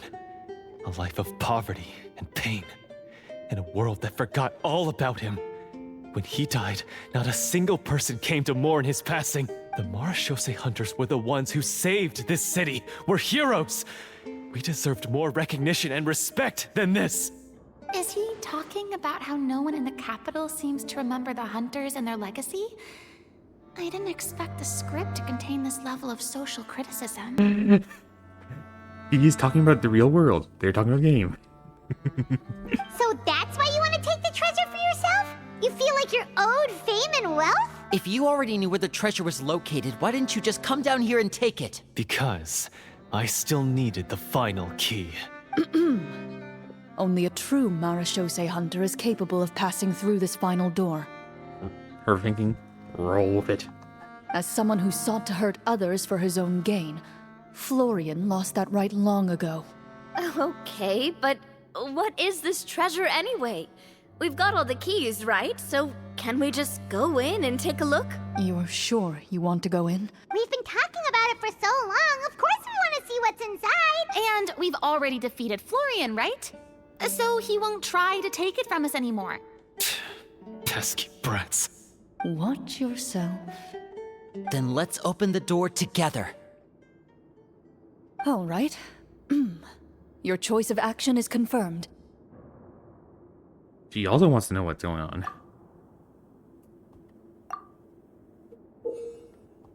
Before you, the door to the treasure, sealed and undisturbed for more than 100 years, finally swings open.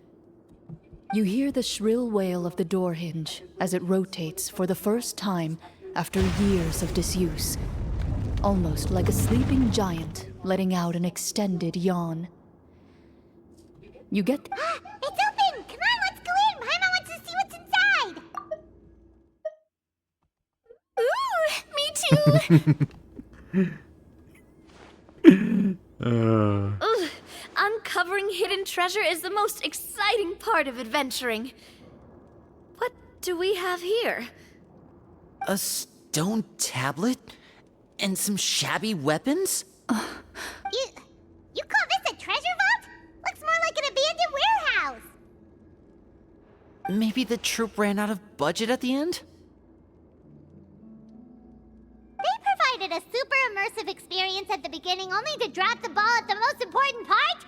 They could have at least filled this place with cardboard mora or something! Wait, I get it now. Paimon, this is the real Marechaussee hunter treasure. Huh? This is it?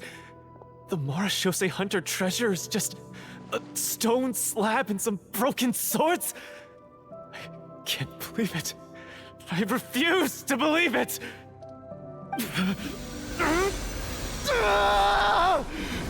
What?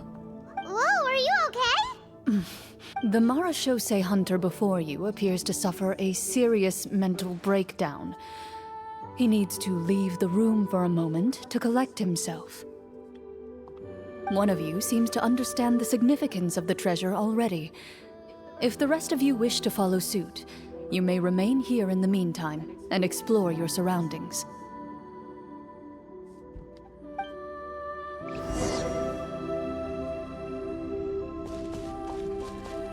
I want to save her. Oh, so. Oh, I get more than one. Walter. What is the treasure supposed to be?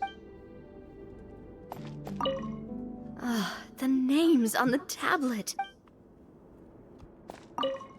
The old and broken weapon. This is a grave.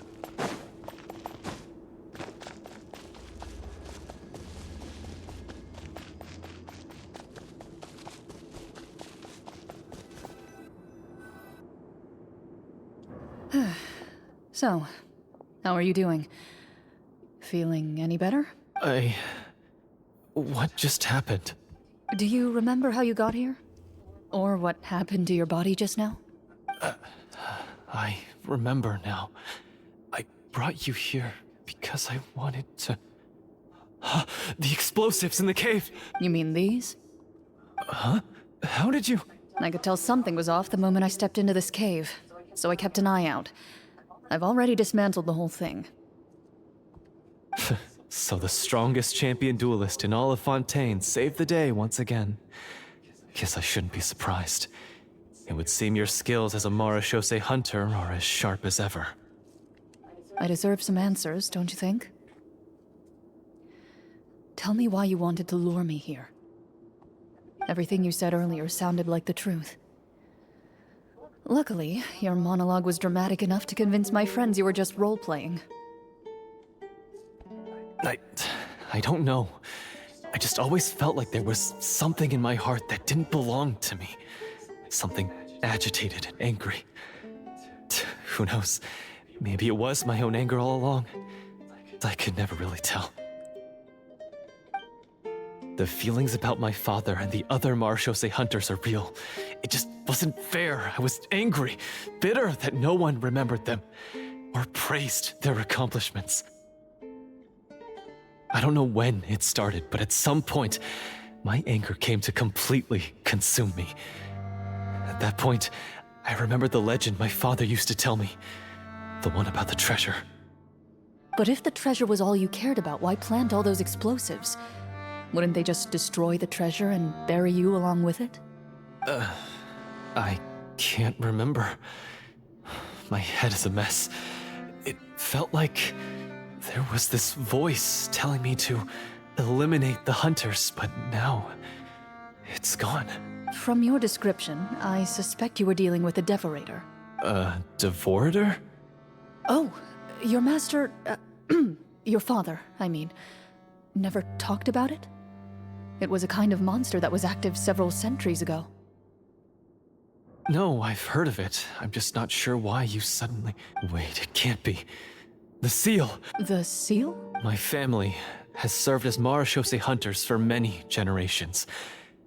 But the title and swordsmanship weren't the only things passed down over our line. There was a seal as well. My father instructed me to always watch over that seal and maintain it regularly. He said it had been passed down over a truly ancient age, and protecting it was our clan's most important duty. But I neglected that duty after he died. I finally decided to come down and check on it one day, and that's where my memories become fuzzy.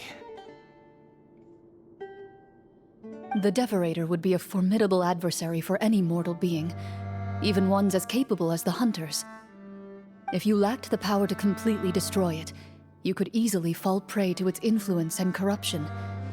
In light of this, some Marashose hunters chose to seal the Devorator away, in the hopes that a permanent solution would come with the passage of time. I heard it has the power to amplify the obsessions and desires in people's hearts, to the point where they overtake you entirely. It would seem I'm not just lacking in skill with a blade, but in mental fortitude as well. And yet, you were able to retrieve 3 of the 4 keys. If I remember correctly, each was entrusted to a respected and capable hunter. How did you manage it? One of them belonged to my father. The second I stole from a different hunter. And the third was one that I snatched while the person was on the way home from the tavern. I nearly died in that alley. Alcohol. I know just how strong you are. It's as clear as day to everyone in Fontaine. I observed you from dusk to dawn, but could never find any opportunity to sneak up on you. I never even saw you drink a single glass of liquor. The only way I could think to obtain that last key was to lure you here using your hobby, and then... Oh, I get it now. That monster, it wanted to bury you here alongside the treasure. I won't comment on anything else, but the script was good. Well, I did pour my heart and soul into it. Okay? The stories my father used to tell me about the glory of the heroic Marechaussee hunters and how they came to be forgotten. It's more than just a story. Huh? You're proud to be a hunter. You're still holding onto that part of yourself, no matter how small. I have done so many despicable things. I have nothing to be proud of. Then explain the purpose of the evil sorcerer in your story. Isn't he the true antagonist? The one who sought nothing but his own gain, and used the people as pawns to attain it? In your heart of hearts, he was the one you truly wanted to defeat. But I've already tainted my sword. I no longer have any right to... Wake up, Florian. Remember how you introduced yourself earlier. Do you really think the hunters acted out of a desire for honor and glory? Or to be loved and acknowledged by the people? What did your father teach you about our order? You do not wield your sword for yourself, but to protect those you serve. There's nothing special about a blade. It's the intentions of the wielder that matter above all else. Do you still not understand? Even after seeing the treasure for yourself? The contents of that room, they represent the true legacy the hunters left behind.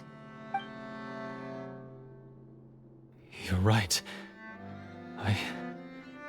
I am a Marechaussee hunter. It's time for me to redeem, no, to finally serve the people I vowed to protect all along. I wouldn't be so quick to push aside the need for redemption.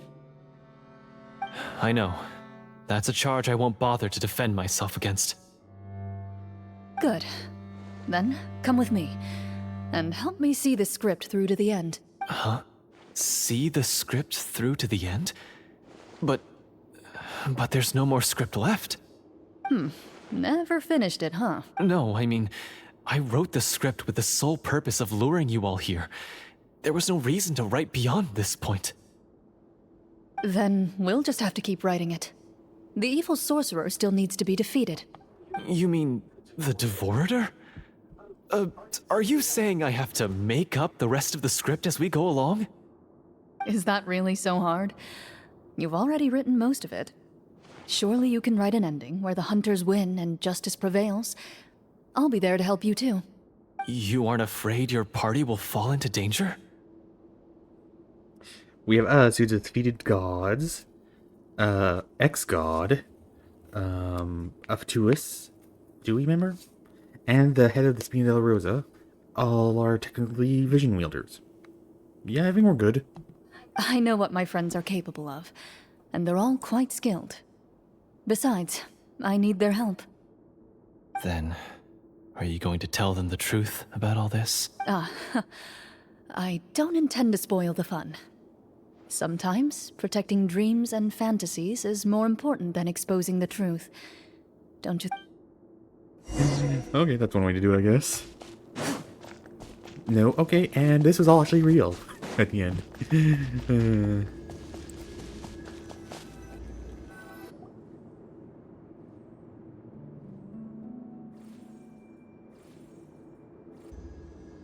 They're back! That took what? Ahem! My fellow Marashose hunters, please forgive me, for I have sinned. Tone it down. Sorry. After crossing swords with you and witnessing your courage in battle, I've rediscovered my true self and regained my pride as a Marashose hunter. Oh, do I smell a redemption arc? I confess, I was brainwashed by the evil sorcerer. He asked me to lure you here so he could bury you in this cave. That little... Wait, you're saying all of that wasn't you, but the evil sorcerer? That's right. He's adept at manipulating the hearts and minds of the people. I fell under his influence because I did not possess a strong enough sense of will. Huh. And how are you going to prove that you're a changed man? We're not going to fall for the same trap twice. To be perfectly honest, I only came to my senses after seeing the treasure. It reminded me of my father's past teachings. The treasure was actually... The names of all the Marashose hunters from ages past and their weapons? Wait, you already know? Of course. Don't underestimate a veteran role player's exploration skills. Oh, wait, I mean Marashose hunter Navia's exploration skills. We just finished reading through the content of the stone tablet. That tablet recorded the lives of some fascinating people. For example, this Marashose hunter called Est. She inherited the responsibilities of the Golden Hunter and passed judgment on many people. But in private, she had a very easygoing personality. Her favorite pastime was singing and dancing with her friends, and she was said to have a beautiful voice. So, she was just like you. Oh, you really think so? Well, when you put it that way, I suppose I also have a few things in common with this Walter. Working as an executioner, he supposedly used a countless number of tricks to confound his enemies in battle. Oh, if only I could have seen the feats of magic he pulled off back then. Their lives were all so exciting. You could write so many cool books about their accomplishments. How could they have all been forgotten? Because they chose to be. To hunt monsters that only appear in the shadows, you must also operate in the dark. To be a Marashose hunter is to willingly give up on wealth and fame. Then this stone tablet must have been left behind by their companions. That's right. Few Marashose hunters ever revealed their identity to the public. They always protected the city from the shadows. The only time they spoke of their accomplishments would be at night, when they gathered with their fellow hunters in front of the bonfire to share stories of the monsters slain by their hand. So, this tablet was created not so that the hunters would be remembered by the people, but so that they would be remembered by each other. No wonder this place was so well hidden. You regard the stone tablet in solemn silence. The names of your comrades etched onto its surface serve as a reminder that you are never truly alone. The tablet proves that, although a hunter walks a shrouded path, it is not a solitary one. There will always be those who walk beside you, a fact that remains as true today as in ages long past. Their legacies shall continue to be passed down from generation to generation, as everlasting as the stone onto which their names are carved. Father, you once told me that I should seek out the treasure if I ever became lost. So this is what you wanted me to find.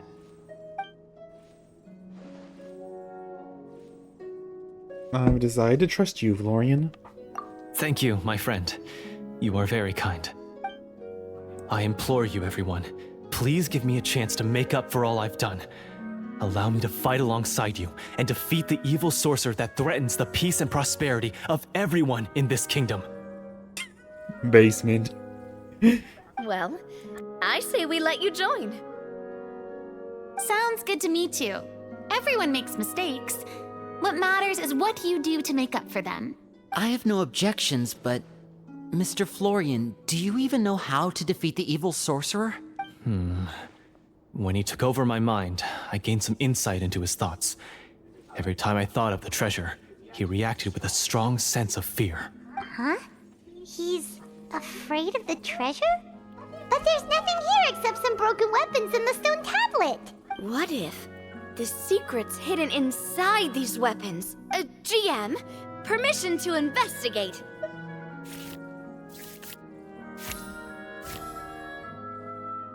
Aye. At first glance, the weapons appear absolutely ordinary. But as you observe them, you notice a faint energy emanating from within. These blades have slain countless monsters. Though it's been a long time since they were used in battle, their edges remain sharp, as if they're simply waiting for the next worthy hunter to carry on their legacy. So basically, take these with us, right? I'll take this weapon, since it used to belong to Est. Maybe it'll find comfort in being held by someone who appreciates the arts. Ah, good idea. I'll take Mr. Walter's bow then. From one archer magician to another. Paimon's gonna pick a cool weapon too! I might even carry one. Unless there's like a dagger somewhere or something. As you grip your weapons, you can almost feel the will of past hunters coursing through your being. It's a feeling of courage, determination. A silent vow passed down from generation to generation that says, eradicate the monsters, no matter the cost. I think Navia is getting suspicious. Mr. Florian, do you know where to find the evil sorcerer? I was able to see his surroundings when our minds were connected. I believe he's currently hiding out at the church in the kingdom. Basement in my house. We must be extremely careful. He's spent so long living among monsters that he's now taken the form of one. He will not be easily defeated. Then why don't we explore some more and try to find some higher level gear? We don't want to just fight him and lose, right? No, we have to strike now. He was greatly weakened when I managed to break out of his control. If we let him rest, he might have time to escape. I agree with Mr. Florian. We've got to act while we have the advantage. Don't forget, the people of the capital are counting on us. Yeah, now that we've got a plan, there's no point in waiting. The longer this drags on, the worse it will be for everybody. Yes, that's what's called... Taking the initiative. Or... Yes, that's exactly right. Alright, you've persuaded Paimon. Mr. Florian, please, lead the way. Of course. Follow me. This is like some type of... He had to set up so many scenes today, and now he has to join in for this last part. I really don't envy his job. Finally, you decide to slay the evil sorcerer and bring peace back to the kingdom once and for all. As you walk away, you feel the gaze of the stone tablet at your back, as if all the hunters of the past are wishing you success in the battle ahead and awaiting your triumphant return. So basically, this is like the same thing of as live-action role players suddenly being chosen to destroy the ancient seal evil or something. Wait, that's exactly what it is.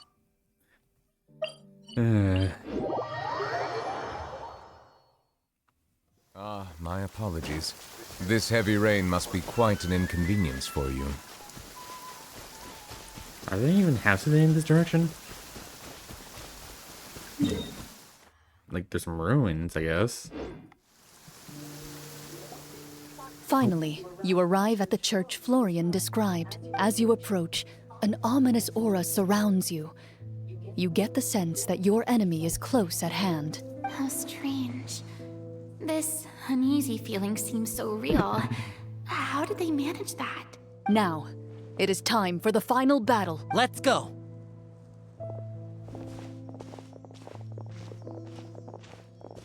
Florian, wait. What's wrong? I think you should wait outside. You've already been corrupted by the Devorator once. It could easily re-enter your mind and take control of your body. I don't think it's a good idea for you to be this close. If it corrupts you again, it's possible you might take on a new form entirely. That's exactly why I have to go. Why I should be at the very front. You mean... Yes. I intend to lure it into my body. That's too risky. If things get out of hand, I might have to kill you. Do you understand how dangerous this is? I understand, but if I do this, you'll have a clear and visible target. The Devorator will have a hard time passing up a chance to enter a body it knows how to control. You won't have to worry about any of your friends being taken over. You're not like me, Miss Clorinde. You're a just and powerful Marechaussee hunter. The monster broke free due to my error. It's only right that I shoulder the responsibility for its destruction. This is... something that I have to do. Consider it a duel to restore my honor. My only request is that you give it your all. I understand. Then, as a champion duelist, I hereby accept your request for a duel, and extend to you my most sincere regards. Thank you. The battle is now upon us. Let the Devorator once again tremble under the blade of the Marechaussee hunters. She's going to have to take the short sword that she gave to Navia up or something. Yeah, but she really does have to kill him. She'll have to... Oh yeah, all this last part was actually real. Yeah. Huh?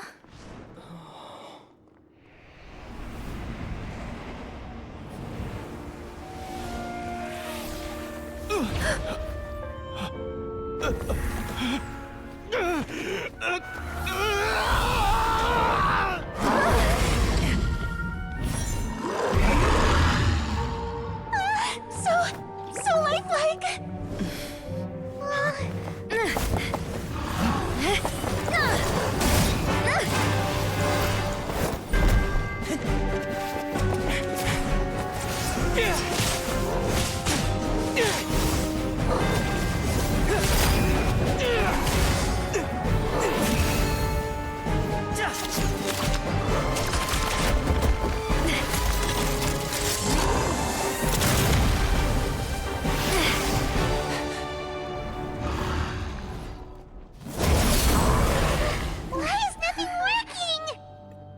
This foe is not invincible.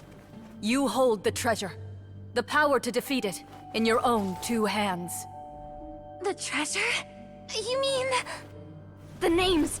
It's the Marechaussee hunters' names! How are we supposed to... You forget, Paimon? There's still one skill we saved until the very end. Hunters fight not for fame, but to aid the people whenever they are summoned. Walter the Marechaussee Hunter, master of 1,000 tricks, executioner of the Phantom Hunters, I call for aid! Est, the Marechaussee Hunter, inheritor of Cassiodor's will, judge of the Shadow Hunters. Answer my call!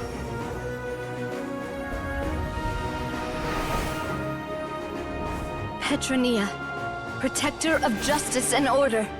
The hunter I respect the most. Thank you for saving my friend, the best one I'll ever know. Please, lend us your strength!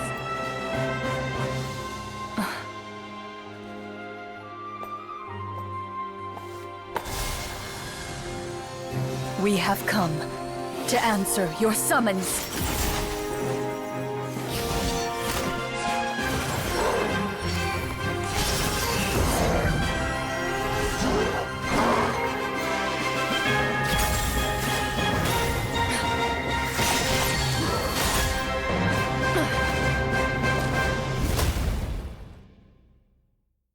And so, the monsters were eradicated, and the sorcerer was defeated. Peace soon returned to the capital. Those in the court, manipulated by the sorcerer, also recognized the errors of their ways. Some remembered the names of the heroes who saved their kingdom, but others simply continued their lives none the wiser. Such is the story of the Marechaussee Hunters. They pursue the phantoms in the darkness and exterminate all who pose a threat. They will always protect the city and those within it, even should all memory of their accomplishments be forgotten by the very people they serve. I am assuming we've finally reached the end of the script. Yes, you've reached one of the better endings. It's a pretty solid story overall. I thought it was just an ordinary adventure at first, but the further we got into it, the more impressed I became with the production and the plot. That final battle especially. All the effects were super realistic. Oh, right. Yeah. Totally. Now you caught on. That's a really good point. I never expected the weapons we picked up from that vault would have that kind of effect. Linny might have also caught on? Yeah, mine nearly scared the daylights out of me when it started glowing. I took a good look at it after we got out, but I don't think it ever lit up again. Oh, we should probably give these props back, right? I'll just leave mine here. Did you have a good time? Of course. Let me know if another script like this comes around. Sure, no problem. Then I'll head back for now. I think I need some time to fully digest everything that just happened. Once Mr. Florian is awake, please pass on my regards to him. He must be extremely exhausted to have passed out cold like that. You're right. He's had a lot to deal with. Well, see you all some other time. Toodaloo! Ignorance is bliss? Okay, so, can I ask now, I think it should be fine, yeah. what in the world was going on back there? So you saw through all of that?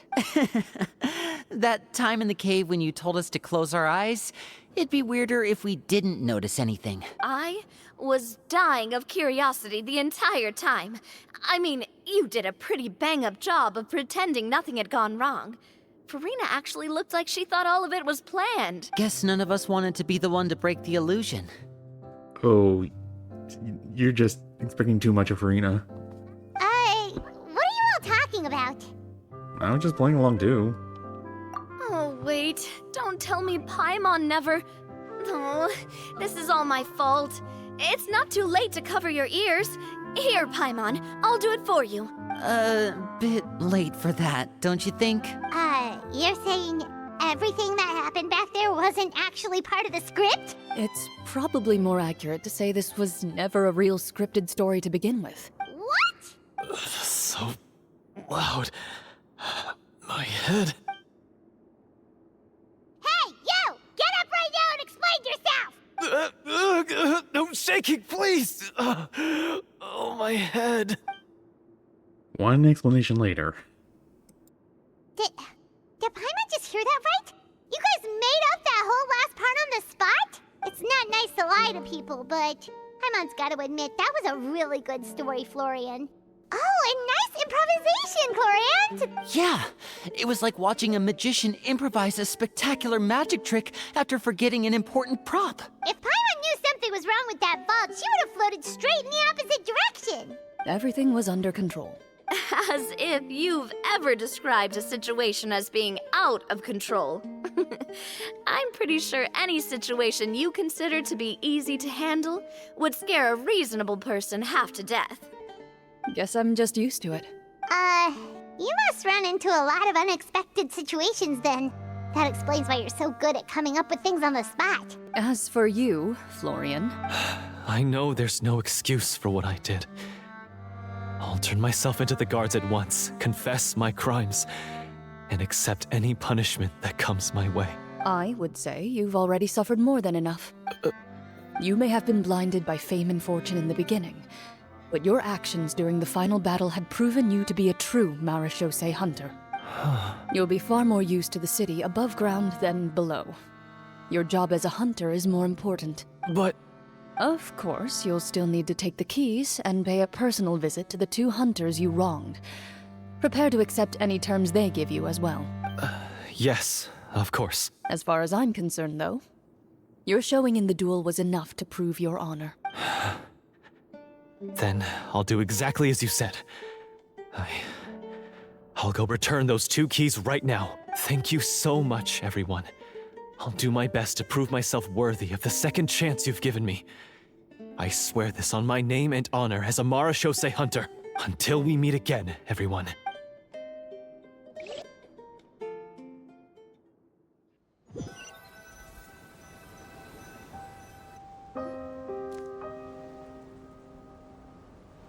Speaking of Marashosei hunters, what should we do about the treasure in that cave? Leave it be. Are you sure? We could show it to people, make it so that the hunters are remembered. Don't you want that? No. Every name on that tablet made the same choice. All hunters know what the path entails. I am no exception. My identity as a Marashosei hunter is not something I need people to remember. I wish only to be recognized as a champion duelist. Nothing more. That's certainly very different from the path of a magician. Still, I admire your decision. Wait! I just remembered something. If there were no special effects involved... That's because the Marashosei hunters of ages past would often imbue their weapons with special enchantments to suppress the monsters.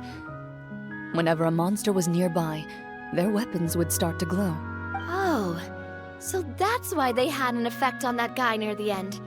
I really thought the summons were doing all the work. Well, I'm sure the summons were a part of it too. Oh? How so? This particular devorator probably hailed from the same era as the hunters we saw in the room. The names you recited all belonged to the bravest hunters. Countless monsters fell to their blades. That's likely why the devorator visibly reacted when you said them out loud. So the names held the power all along! Navia. Everything you said during your summon. Huh? Oh, I meant what I said. I mean, it was true to my character, so yeah, I'm glad you heard it. Just don't make me repeat myself. It's embarrassing. Oh, that's cute. I really appreciated those words. All right. Don't get all sentimental on me. Anyway, let's not talk about that anymore. I'm going to go on ahead. Don't fall too far behind now. She ran off! I should probably head back as well. This story was truly incredible. I might have to spend the whole night telling my siblings all about it. See you later. Goodbye.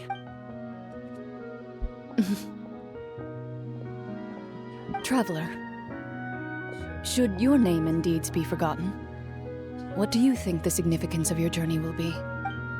I suppose the significance would be the journey itself and the world we helped create. There's still value in the time I shared with everyone here, in the things we were able to accomplish, even if no one remembers them. A great answer. I'll remember it. What would your answer be, Clorinde? Me? The Marashosei hunter says nothing in response to that question. Perhaps her answer lies in her silence. An unspoken vow left to echo through the night. The path she walks needs no explanation.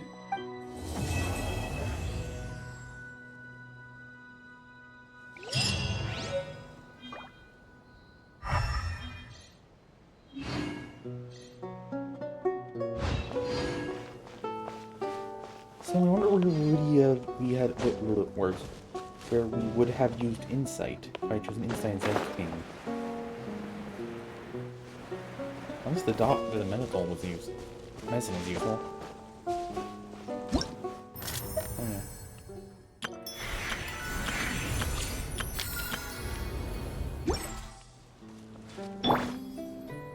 I was honestly expecting more fighting because like there's only two real fights in there.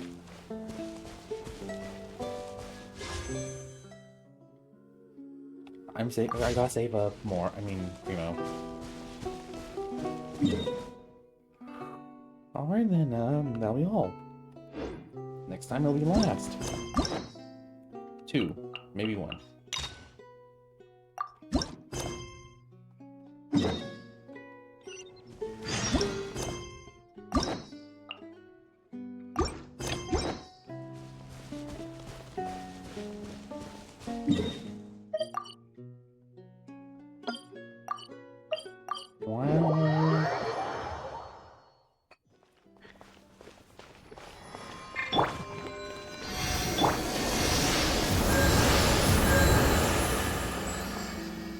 Okay, Patudo.